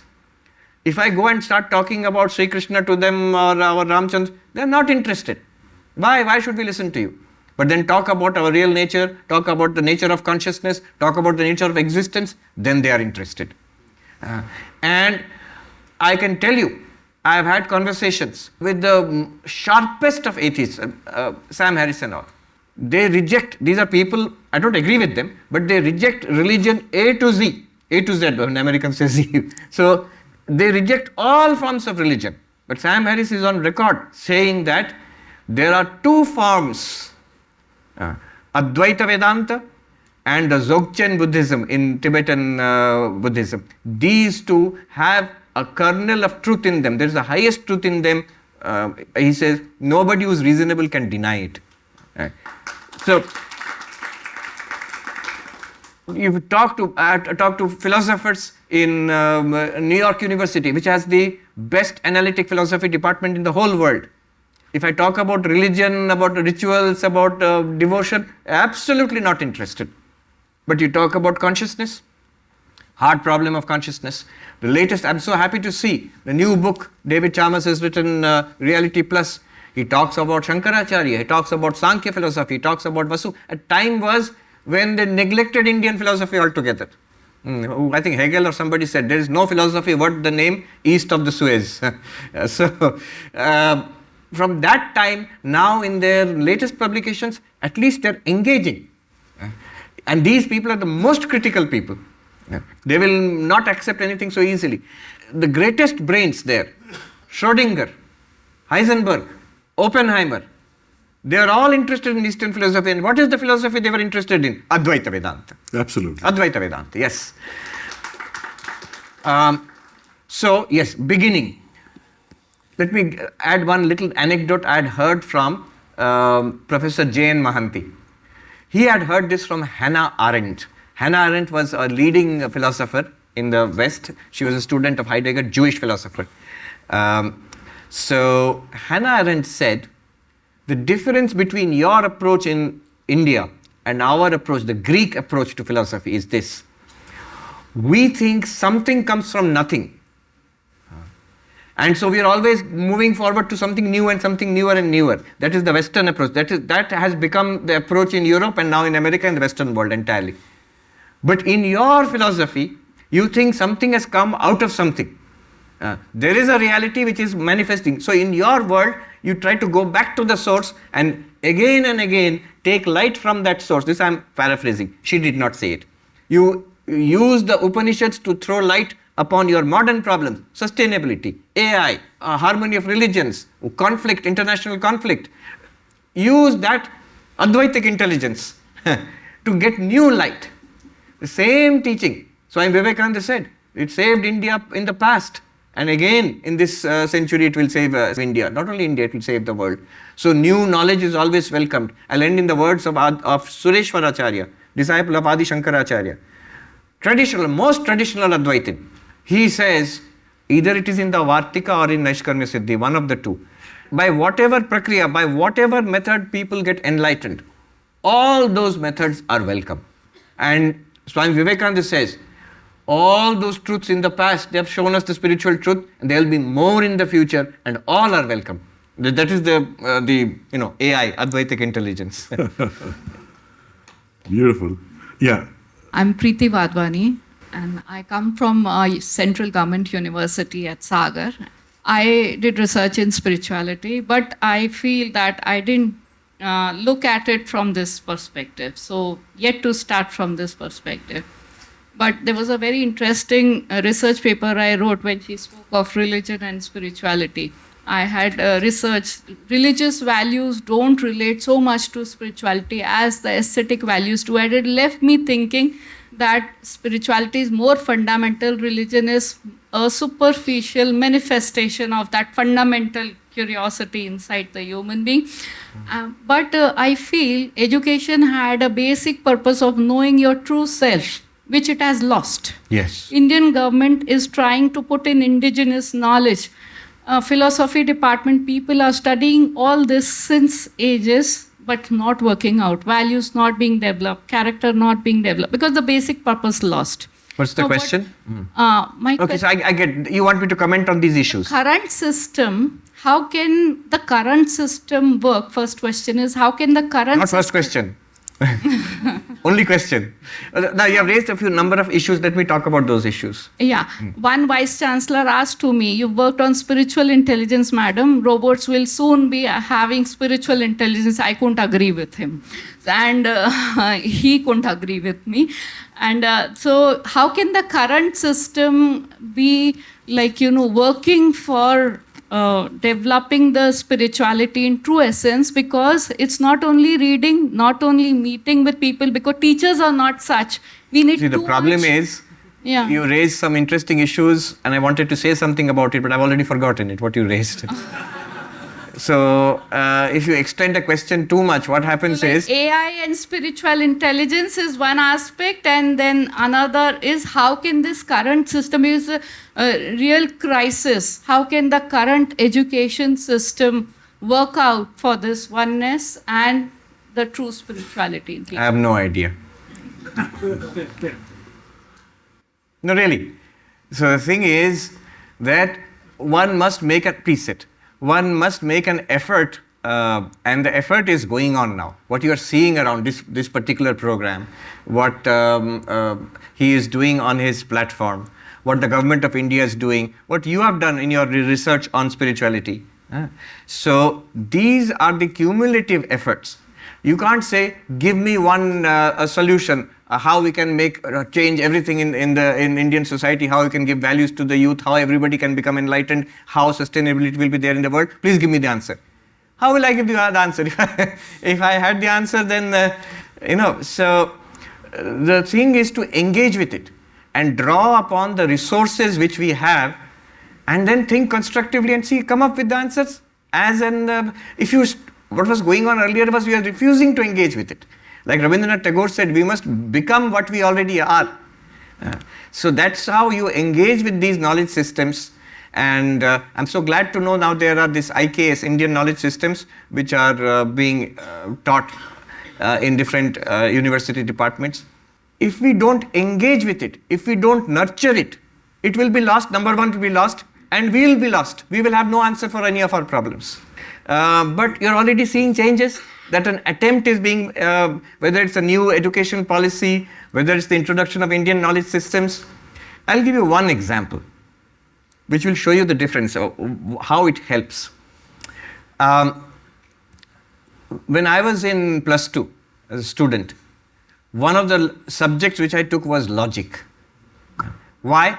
Because there was this idea among students that this subject gives you lots of marks. You can easily get, it's high scoring. So we all took, many of us took that. And I got very high scores and all that. What did we learn in logic? we learned Aristotelian logic. There was one chapter on symbolic logic, the rest of it was Greek Aristotelian logic. Nobody ever told us. We never heard the name of Nyaya, let alone Navya Nyaya. Absolutely. How stunning it is. It's only later when I started studying myself, later I became a brahmachari, that in this country we have such a sophisticated system of logic. Great masters starting from the Nyaya Sutras onwards, from the Upanishads of course, but Nyaya Sutras onwards, Gautama onwards, commentary, sub-commentary, sub-sub-commentary, then the development, the contribution of the Buddhist logicians, the Jaina logicians, multi-valued logics nearly 2000 years ago, Saptabhangi Nyaya, that the Anekantavad of the Jainas, the Buddhists, Hetu Chakra, the Nyaya ideas of the discussions on Vyapti, the Nyaya ideas on the syllogism of Anumana. Vivekananda says India developed the most sophisticated subtle system of logic, and I'll add to that, before the coming of modern mathematical logic, before that came. Why is it that we were not even taught, we didn't even know about it? The reason is our teachers also did not know about it. The reason is they studied a syllabus which was only mildly modified from what the British handed to us, where indigenous or Indian knowledge was not considered knowledge. In Bengal, there is a word shikhito, which means sikshit. They would say, aap to sikshit hai. It means you are educated. Who is educated? Somebody who has gone to school, college, university. If somebody studied in a toll in a village and learned Sanskrit and Nyaya, he was excluded from the category of educated. What a terrible idea. That if you've gone to the British system, Macaulay's system of education, you are educated. So this has to change, and it is changing already. So the work has started. The problem which you are seeing in the field is the problem of change. The earlier system, it was not so problematic. Syllabus was fixed. We had a general idea what was to be taught, and it is something that is imported from the West and also quite outdated in the West also. But that we are continuing nicely. So there's no conflict there, but it's a dead, useless system of education. It's not doing any good to anybody. So now I think it has started, this engagement with our, nowadays at least school and college students are hearing about our traditions and are getting an opportunity to study it. As you said, not only information, it should become living again. Yes. The West did not, in the West philosophy is dead, religion is dead or philosophy is also dead. But they did not ignore it. Some people cultivated it continuously. So that's why people will say your Indian philosophy is a dead, obsolete system. It is obsolete. Why is it obsolete? Because you are not doing it. Janardhan Ganeri has written a book, The Lost Age of Reason. He shows how Navya Nyaya, the schools in Mithila, Navadvip and all, finally came to an end in 1800, 1900, around that time, because of lack of patronage, lack of interest, and the prevalence of the modern English system of education. Those schools slowly disappeared. They became very small and very ineffectual. So the Navya Nyaya system died out, lost age of reason. It's our fault. We have to engage with it means actually make these living systems. What you are saying, what should be our philosophy, what should be our education system? I remember B.Ed, I also did a B.Ed, and there we had a paper, Philosophy of Education. All of it was Western philosophy of education, was at one time. Why? Why not? But then your question will say, then what will you teach? Where is your Advaitic philosophy of education? Where is Nyaya philosophy? You have to develop it.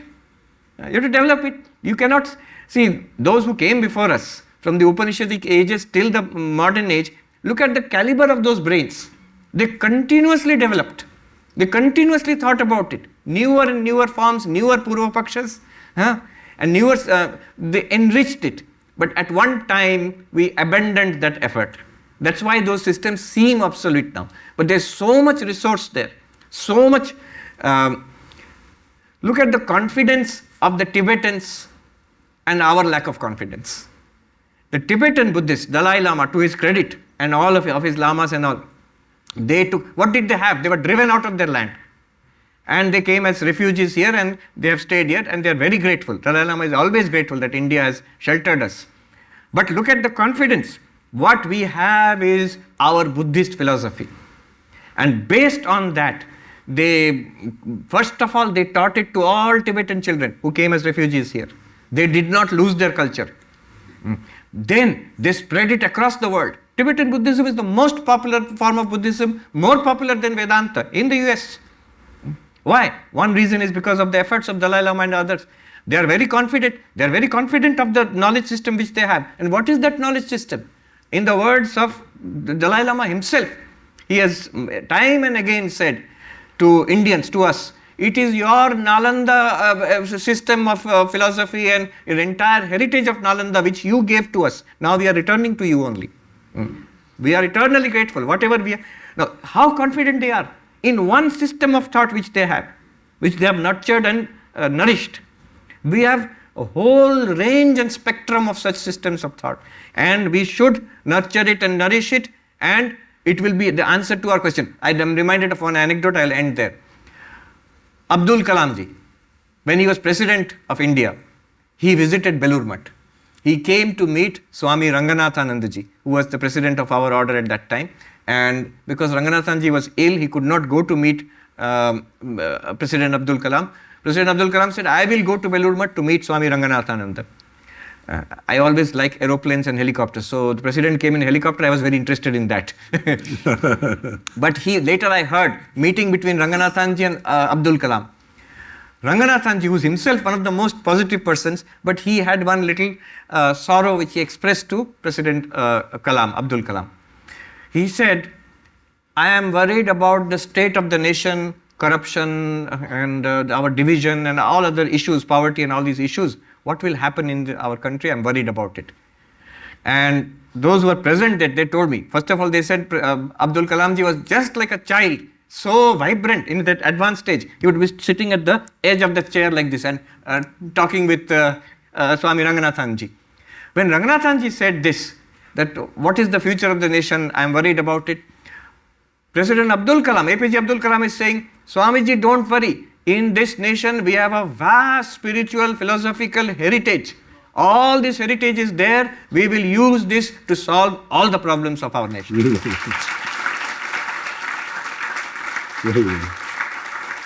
You may say, Kab hoga? Abhi ho raha hai. The difficulties you are facing is a sign of that, because you are trying to change it.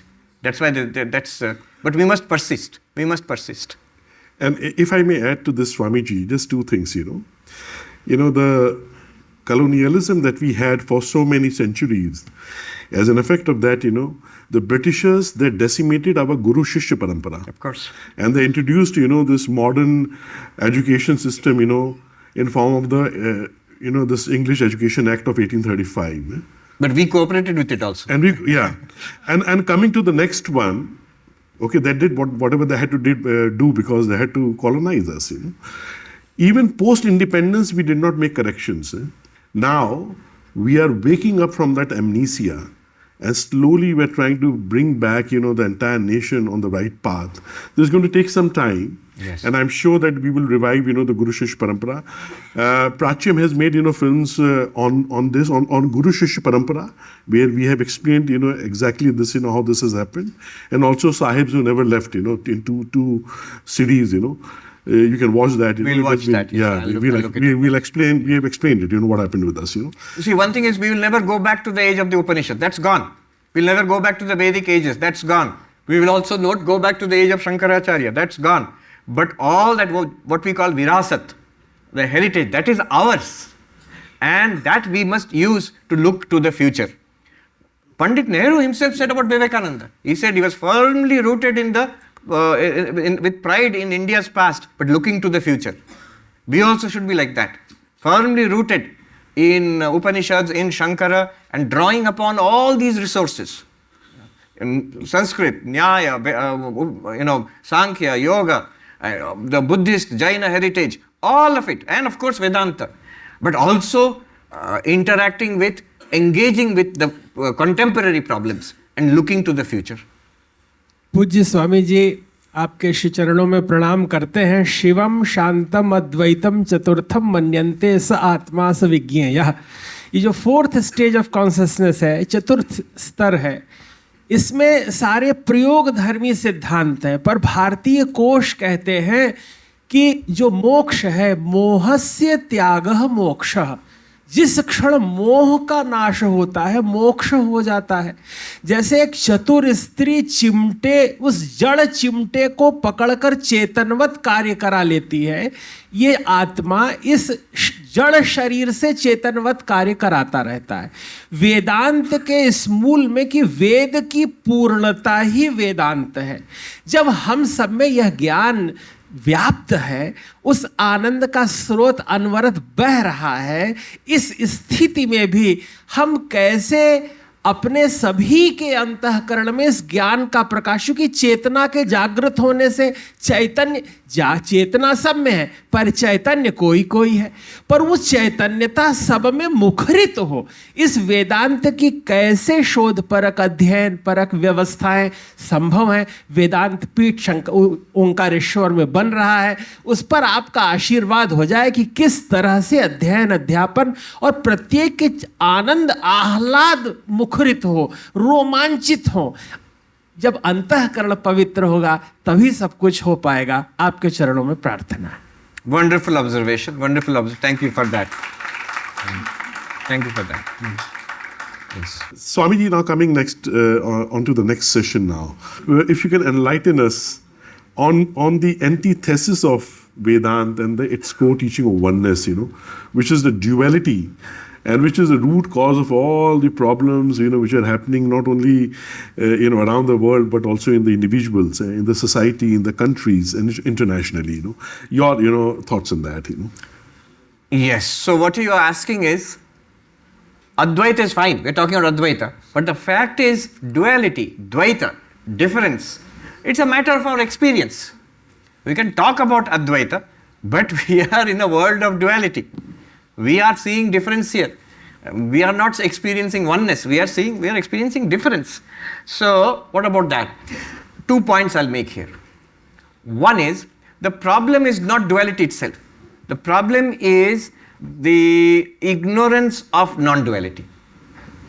So, realizing the non-dual nature of reality and then living in this world of experience. World of experience will always require an experience of duality. Duality is not real, but it's the structure of experience. Subject-object duality must be there in order to have an experience. So once you realize that the subject and object are ultimately one consciousness, and then you come back to this world where you feel that you have this body-mind and you have this world of action, one can live in an experience of as if duality with the knowledge of non-duality, and that will solve the problem. What the problem is, that we do not know non-duality, we do not know our essential Ekatma, oneness, and we feel this otherness is real. And because of this felt otherness, all our reaction to the world is like competition, war, hatred, anxiety, fear. Upanishad says, Dvitiyad vai bhayam bhavati. From accepting the second as a real other, fear comes, anxiety comes, competition comes. Even behind desire is fear only, fear of incompleteness. So the straight answer to your question is that knowledge of non-duality, and then you live in the world of this dual appearance, there is no problem at all. Ignorance of non-duality, then this world of dualistic appearances will catch you. About bhakti, there's a beautiful saying, Bodhat prak dvaitam mohaya. Before enlightenment, duality leads to moha, delusion, and all problems. Prapte manishaya bhakti artam kalpitam dvaitam advaitadapi sundaram. So it's a question about whether bhakti is possible in Advaita. After you are enlightened, you realize aham brahmasmi, I am that limitless existence, consciousness, bliss. After that, a kalpitam dvaitam. You take, Vivekananda uses the word as if from outside. You are that one non-dual reality, but then you go back into your Praveen identity, and that non-dual reality which you have realized now becomes your beloved Ishvara, and you can have a relationship of bhakti. So a projected duality based on the knowledge of non-duality is not a problem. Yeah, I think I gave a rather abstruse answer to this question. Any questions, from the audience now? Pranam Swamiji, my name is Preeti Mandal, and kindly enlighten me on how a student should live a Vedantic life. how a student should live a Vedantic life? Yes, sir. Yes. Yes, Swamiji. There is a saying, Chhatranam Adhyayanam Tapa. For students, spiritual practice is that studentship, study. Everything related to the study. So that your main activity, the whole life is centered around the acquisition of knowledge. And that has to be spiritualized. Tapasya, spiritual practice, is your the knowledge which you are practicing, knowledge which you are acquiring. So that becomes your spiritual practice. Make that your center.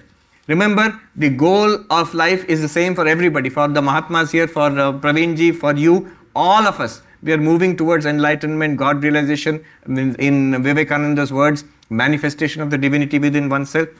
So, these 4 areas.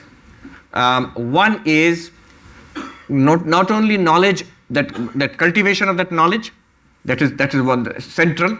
Let me give you a little anecdote about that. I mentioned Professor Spivak. She was pretty close to our Swami Pavitranandaji in the Vedanta Society of New York. One day she came and said to Pavitranandaji, as I've got from her, that I can't believe in God anymore, I've become an atheist. Pavitranandaji told her, that's all right. For you, from now on, your academics is your spiritual practice. In Bengali he said, Tomar adhyayani, tomar tapasya. And then she says, from that day till now, whether I'm teaching in Columbia University or in Paris or in girls' child education in a remote village of Bengal, everywhere I feel I'm doing spiritual practice. So study is spiritual practice. That's one. Second thing, attention, concentration, not distraction. So that's the second thing. For students, concentration, for everybody, but for students especially, focus or concentration is an extremely important thing. And there's a huge science of focus, of concentration, especially today's world, the world of social media and distraction. So one thing that to lead a Vedantic life, concentration is extremely important. In fact, in one place, Adi Shankaracharya says, all tapasya is meant for ekagrata of the mind, concentration of the mind. Beautiful. Shankaracharya said. Beautiful. Upadesha Sahasri has said it, and somewhere else also he has said it. So all tapasya is meant for focus or concentration of mind. Third, some form of devotion. See, desire is damaging for everybody. Especially for students, desire, vasana, is very damaging. It destroys student life. So instead of desire, devotion. The same energy, same love, same desire, you focus it towards some form of Ishvara, in whichever your tradition is. And fourth, service. The Brahmacharya ashram, student life, that one of the components of that is seva.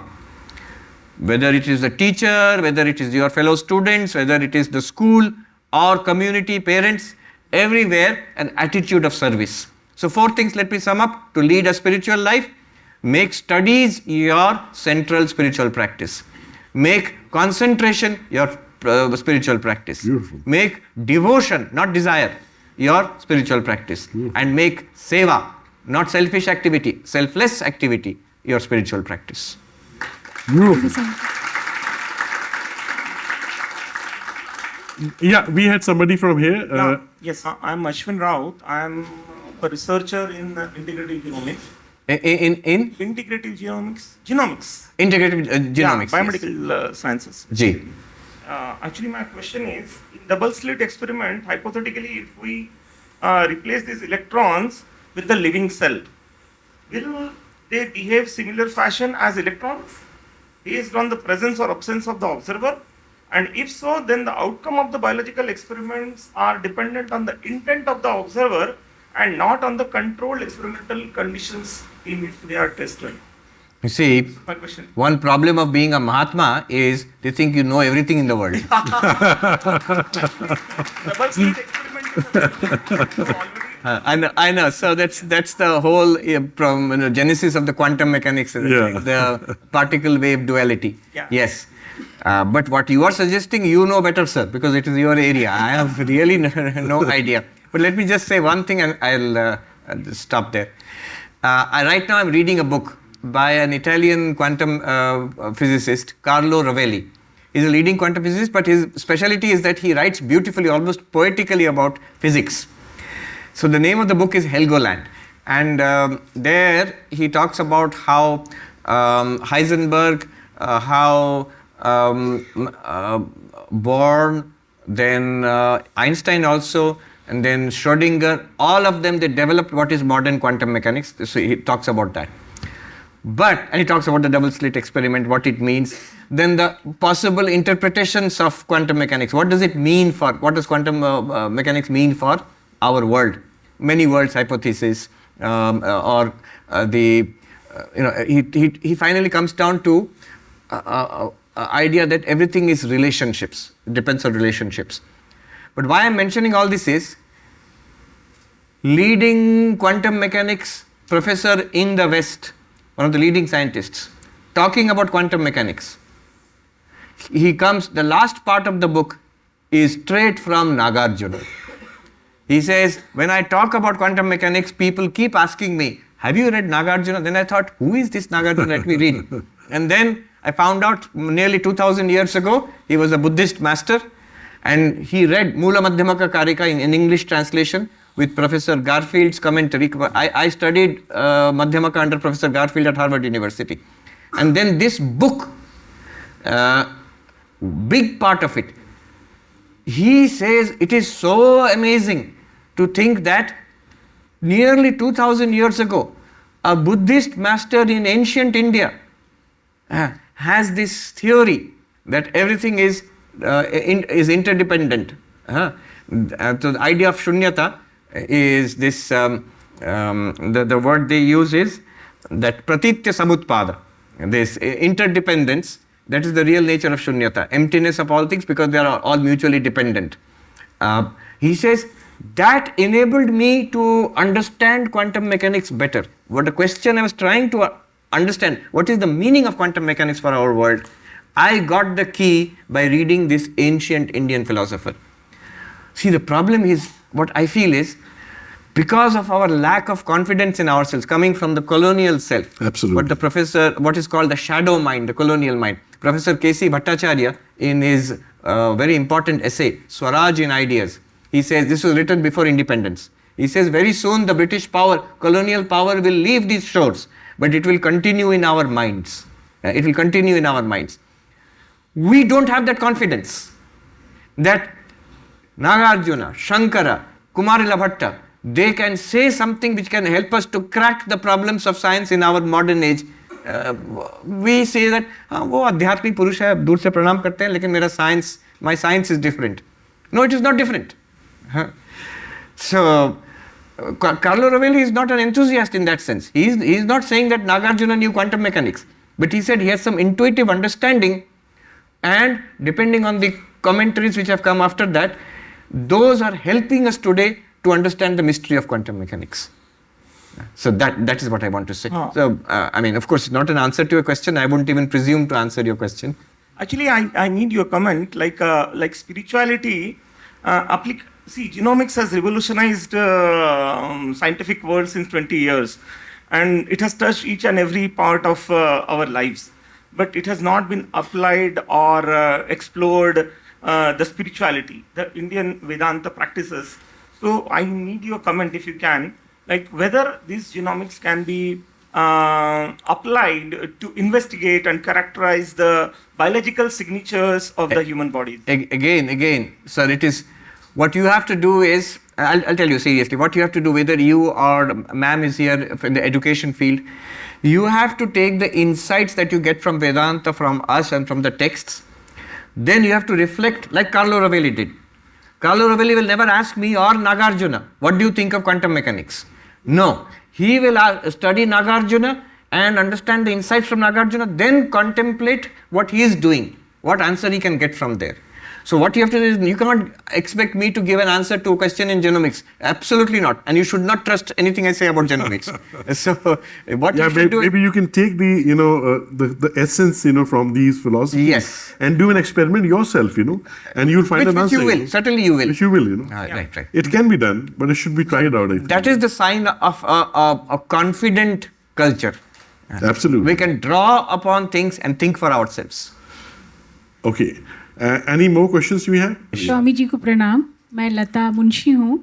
I am dancer, Bharatnatyam classical dance. Ji. And my spiritual practice is my sadhana, my tapasya, my practice. Yes, absolutely. So I just wanted to know, Swamiji, कि sometimes when we perform in a stage, there is a one condition where that time we just forget everything. Even we can't see the audience light, even for ourselves also. So that condition, what is that condition? That is very close to samadhi. I mean, it's not samadhi technically, but it's very close to samadhi. I will suggest one book you should read. It's called Flow. Flow, Flow. There exactly what you're talking about is talked about. Professor Mihai Csikszentmihalyi, this gentleman who was from Eastern Europe, he became one of the leading psychologists in the United States. He passed away just a couple of years, 2 or 3 years ago. All his life he studied concentration, attention. What's the best possible life we can lead? The life of full attention, concentration. The name he gave to it, he got that name from I think a tennis player or something. Oh no, a musician. Flow. Classical Western music orchestra. He said that person said, when I do it perfectly, the music just flows. So what you are describing, usually musicians, dancers, artists, those who cultivate a skill, a classical skill, and do it seriously, they experience this state. It's a state of perfect concentration. So please read that book. And I will also mention Mihai Csikszentmihalyi, in that book, he says, I have studied the literatures of the world about concentration, wherever there is some in different cultures of the world. And the text which I found, which is describing the state of flow in most detail, most sophisticated way, is an ancient Indian text called Patanjali Yoga Sutra. Is it the correct way to oneness or Advaita? So in that book, he has got 2 or 3 pages he has devoted to Patanjali Yoga Sutra. What I am talking about today, he says thousands of years ago in ancient India, he mentions in that book. These people had. So what they are doing is taking these ideas, genuinely thinking about it, rethinking, repackaging, relabeling, and then selling it to us. Then Mahatma will recommend, please read the book Flow. Thank you. Thank you so much. The one question is always there, is the level of consciousness different in Jada and Chetan?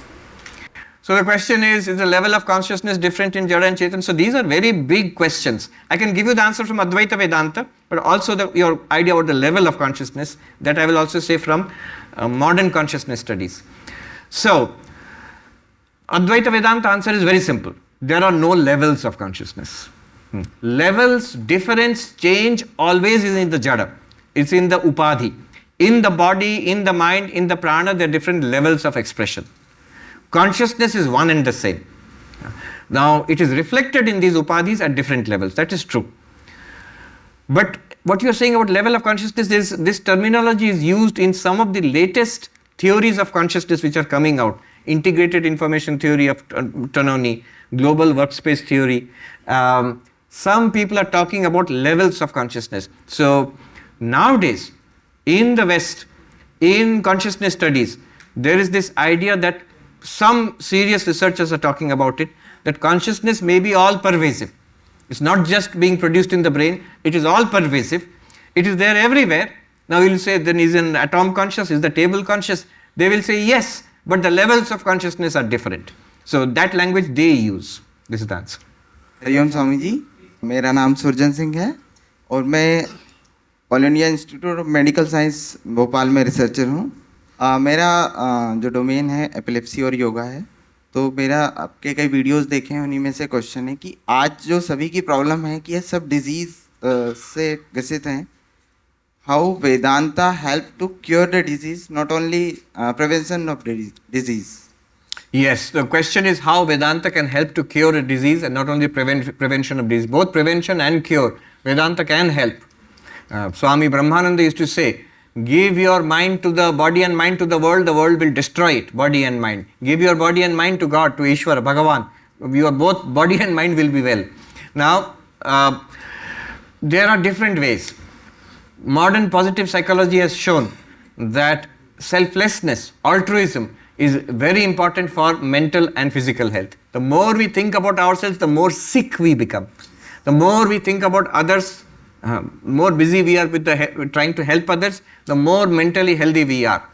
The basic principle of karma yoga. It's good. Goal is for enlightenment. Goal is not for physical health, but it will give you physical and mental health. It's preventive and curative also. Second, devotion. These things, now people are beginning to talk about it. Devotion, bhakti, that is of great consequence, great good benefit for our physical health and mental health also. And this, who is telling me? I am not saying from a Vedanta perspective or Hindu perspective. People will dismiss it as, Babaji bol rahe hain, what is the...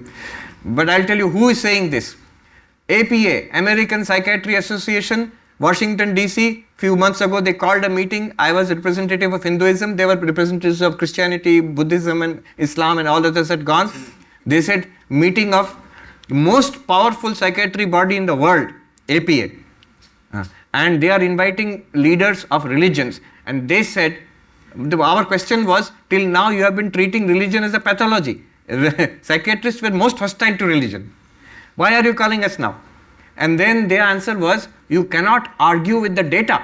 The data shows those who have some genuine devotion, some genuine love of God in their heart, they are mentally more resilient, they are more resistant to mental illness, and if they do get mental illness, their recovery is also always much better, they are more resilient.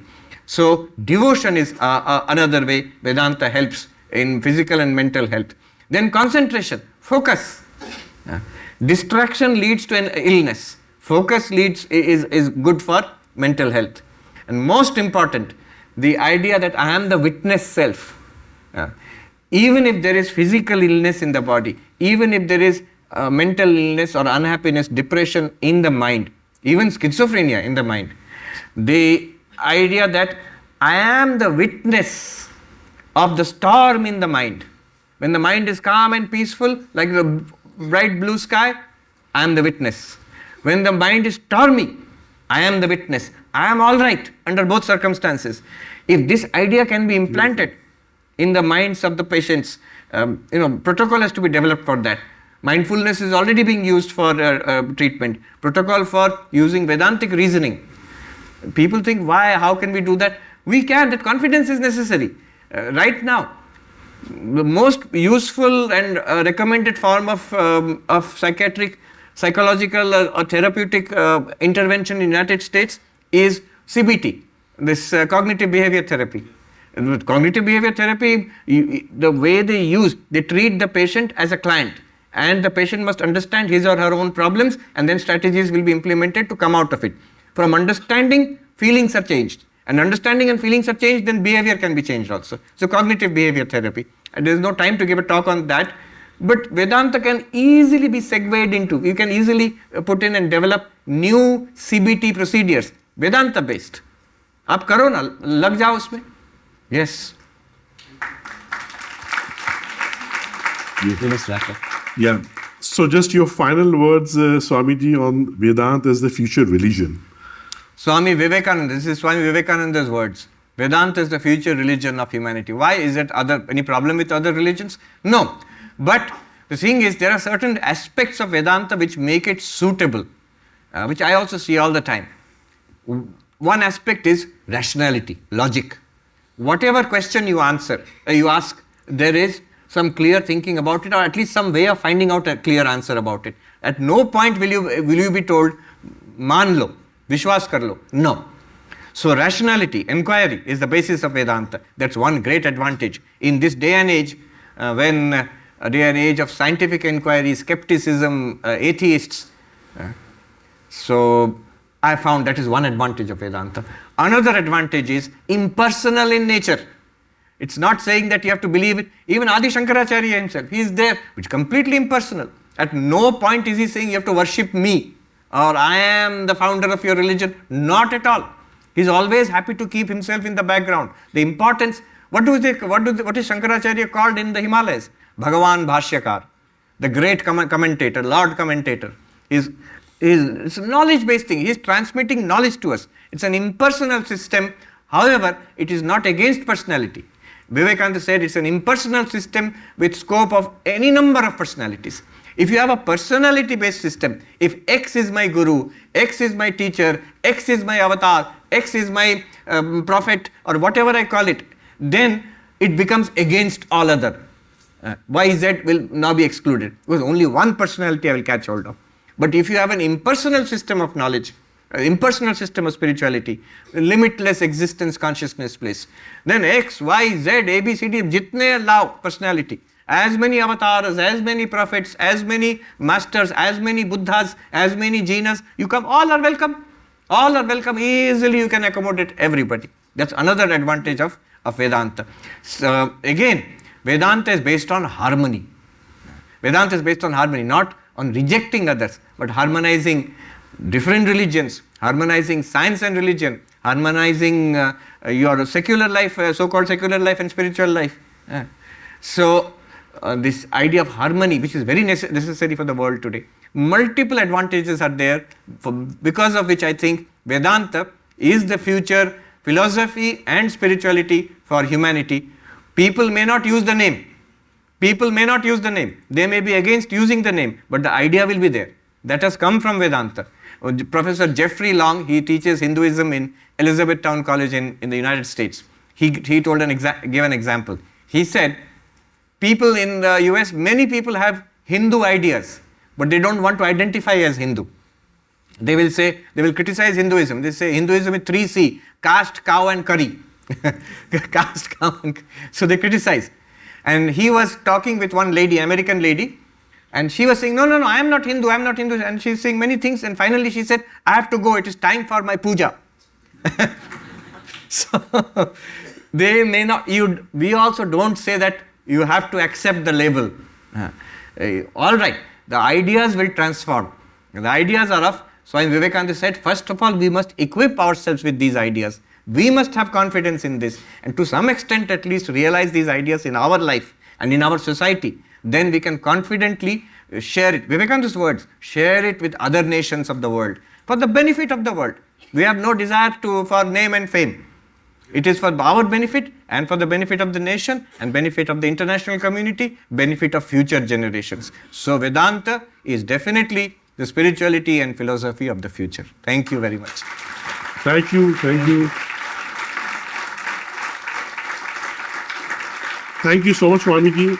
Thank you so much. For being part of this Oneness Dialogues. And thank you for enlightening our audiences with your such beautiful inspirational words of wisdom. Thank you for your patience and their patience. with your experience, with your perspective, with all the wonderful knowledge that you shared with us. Thank you so much, sir. Thank you so much.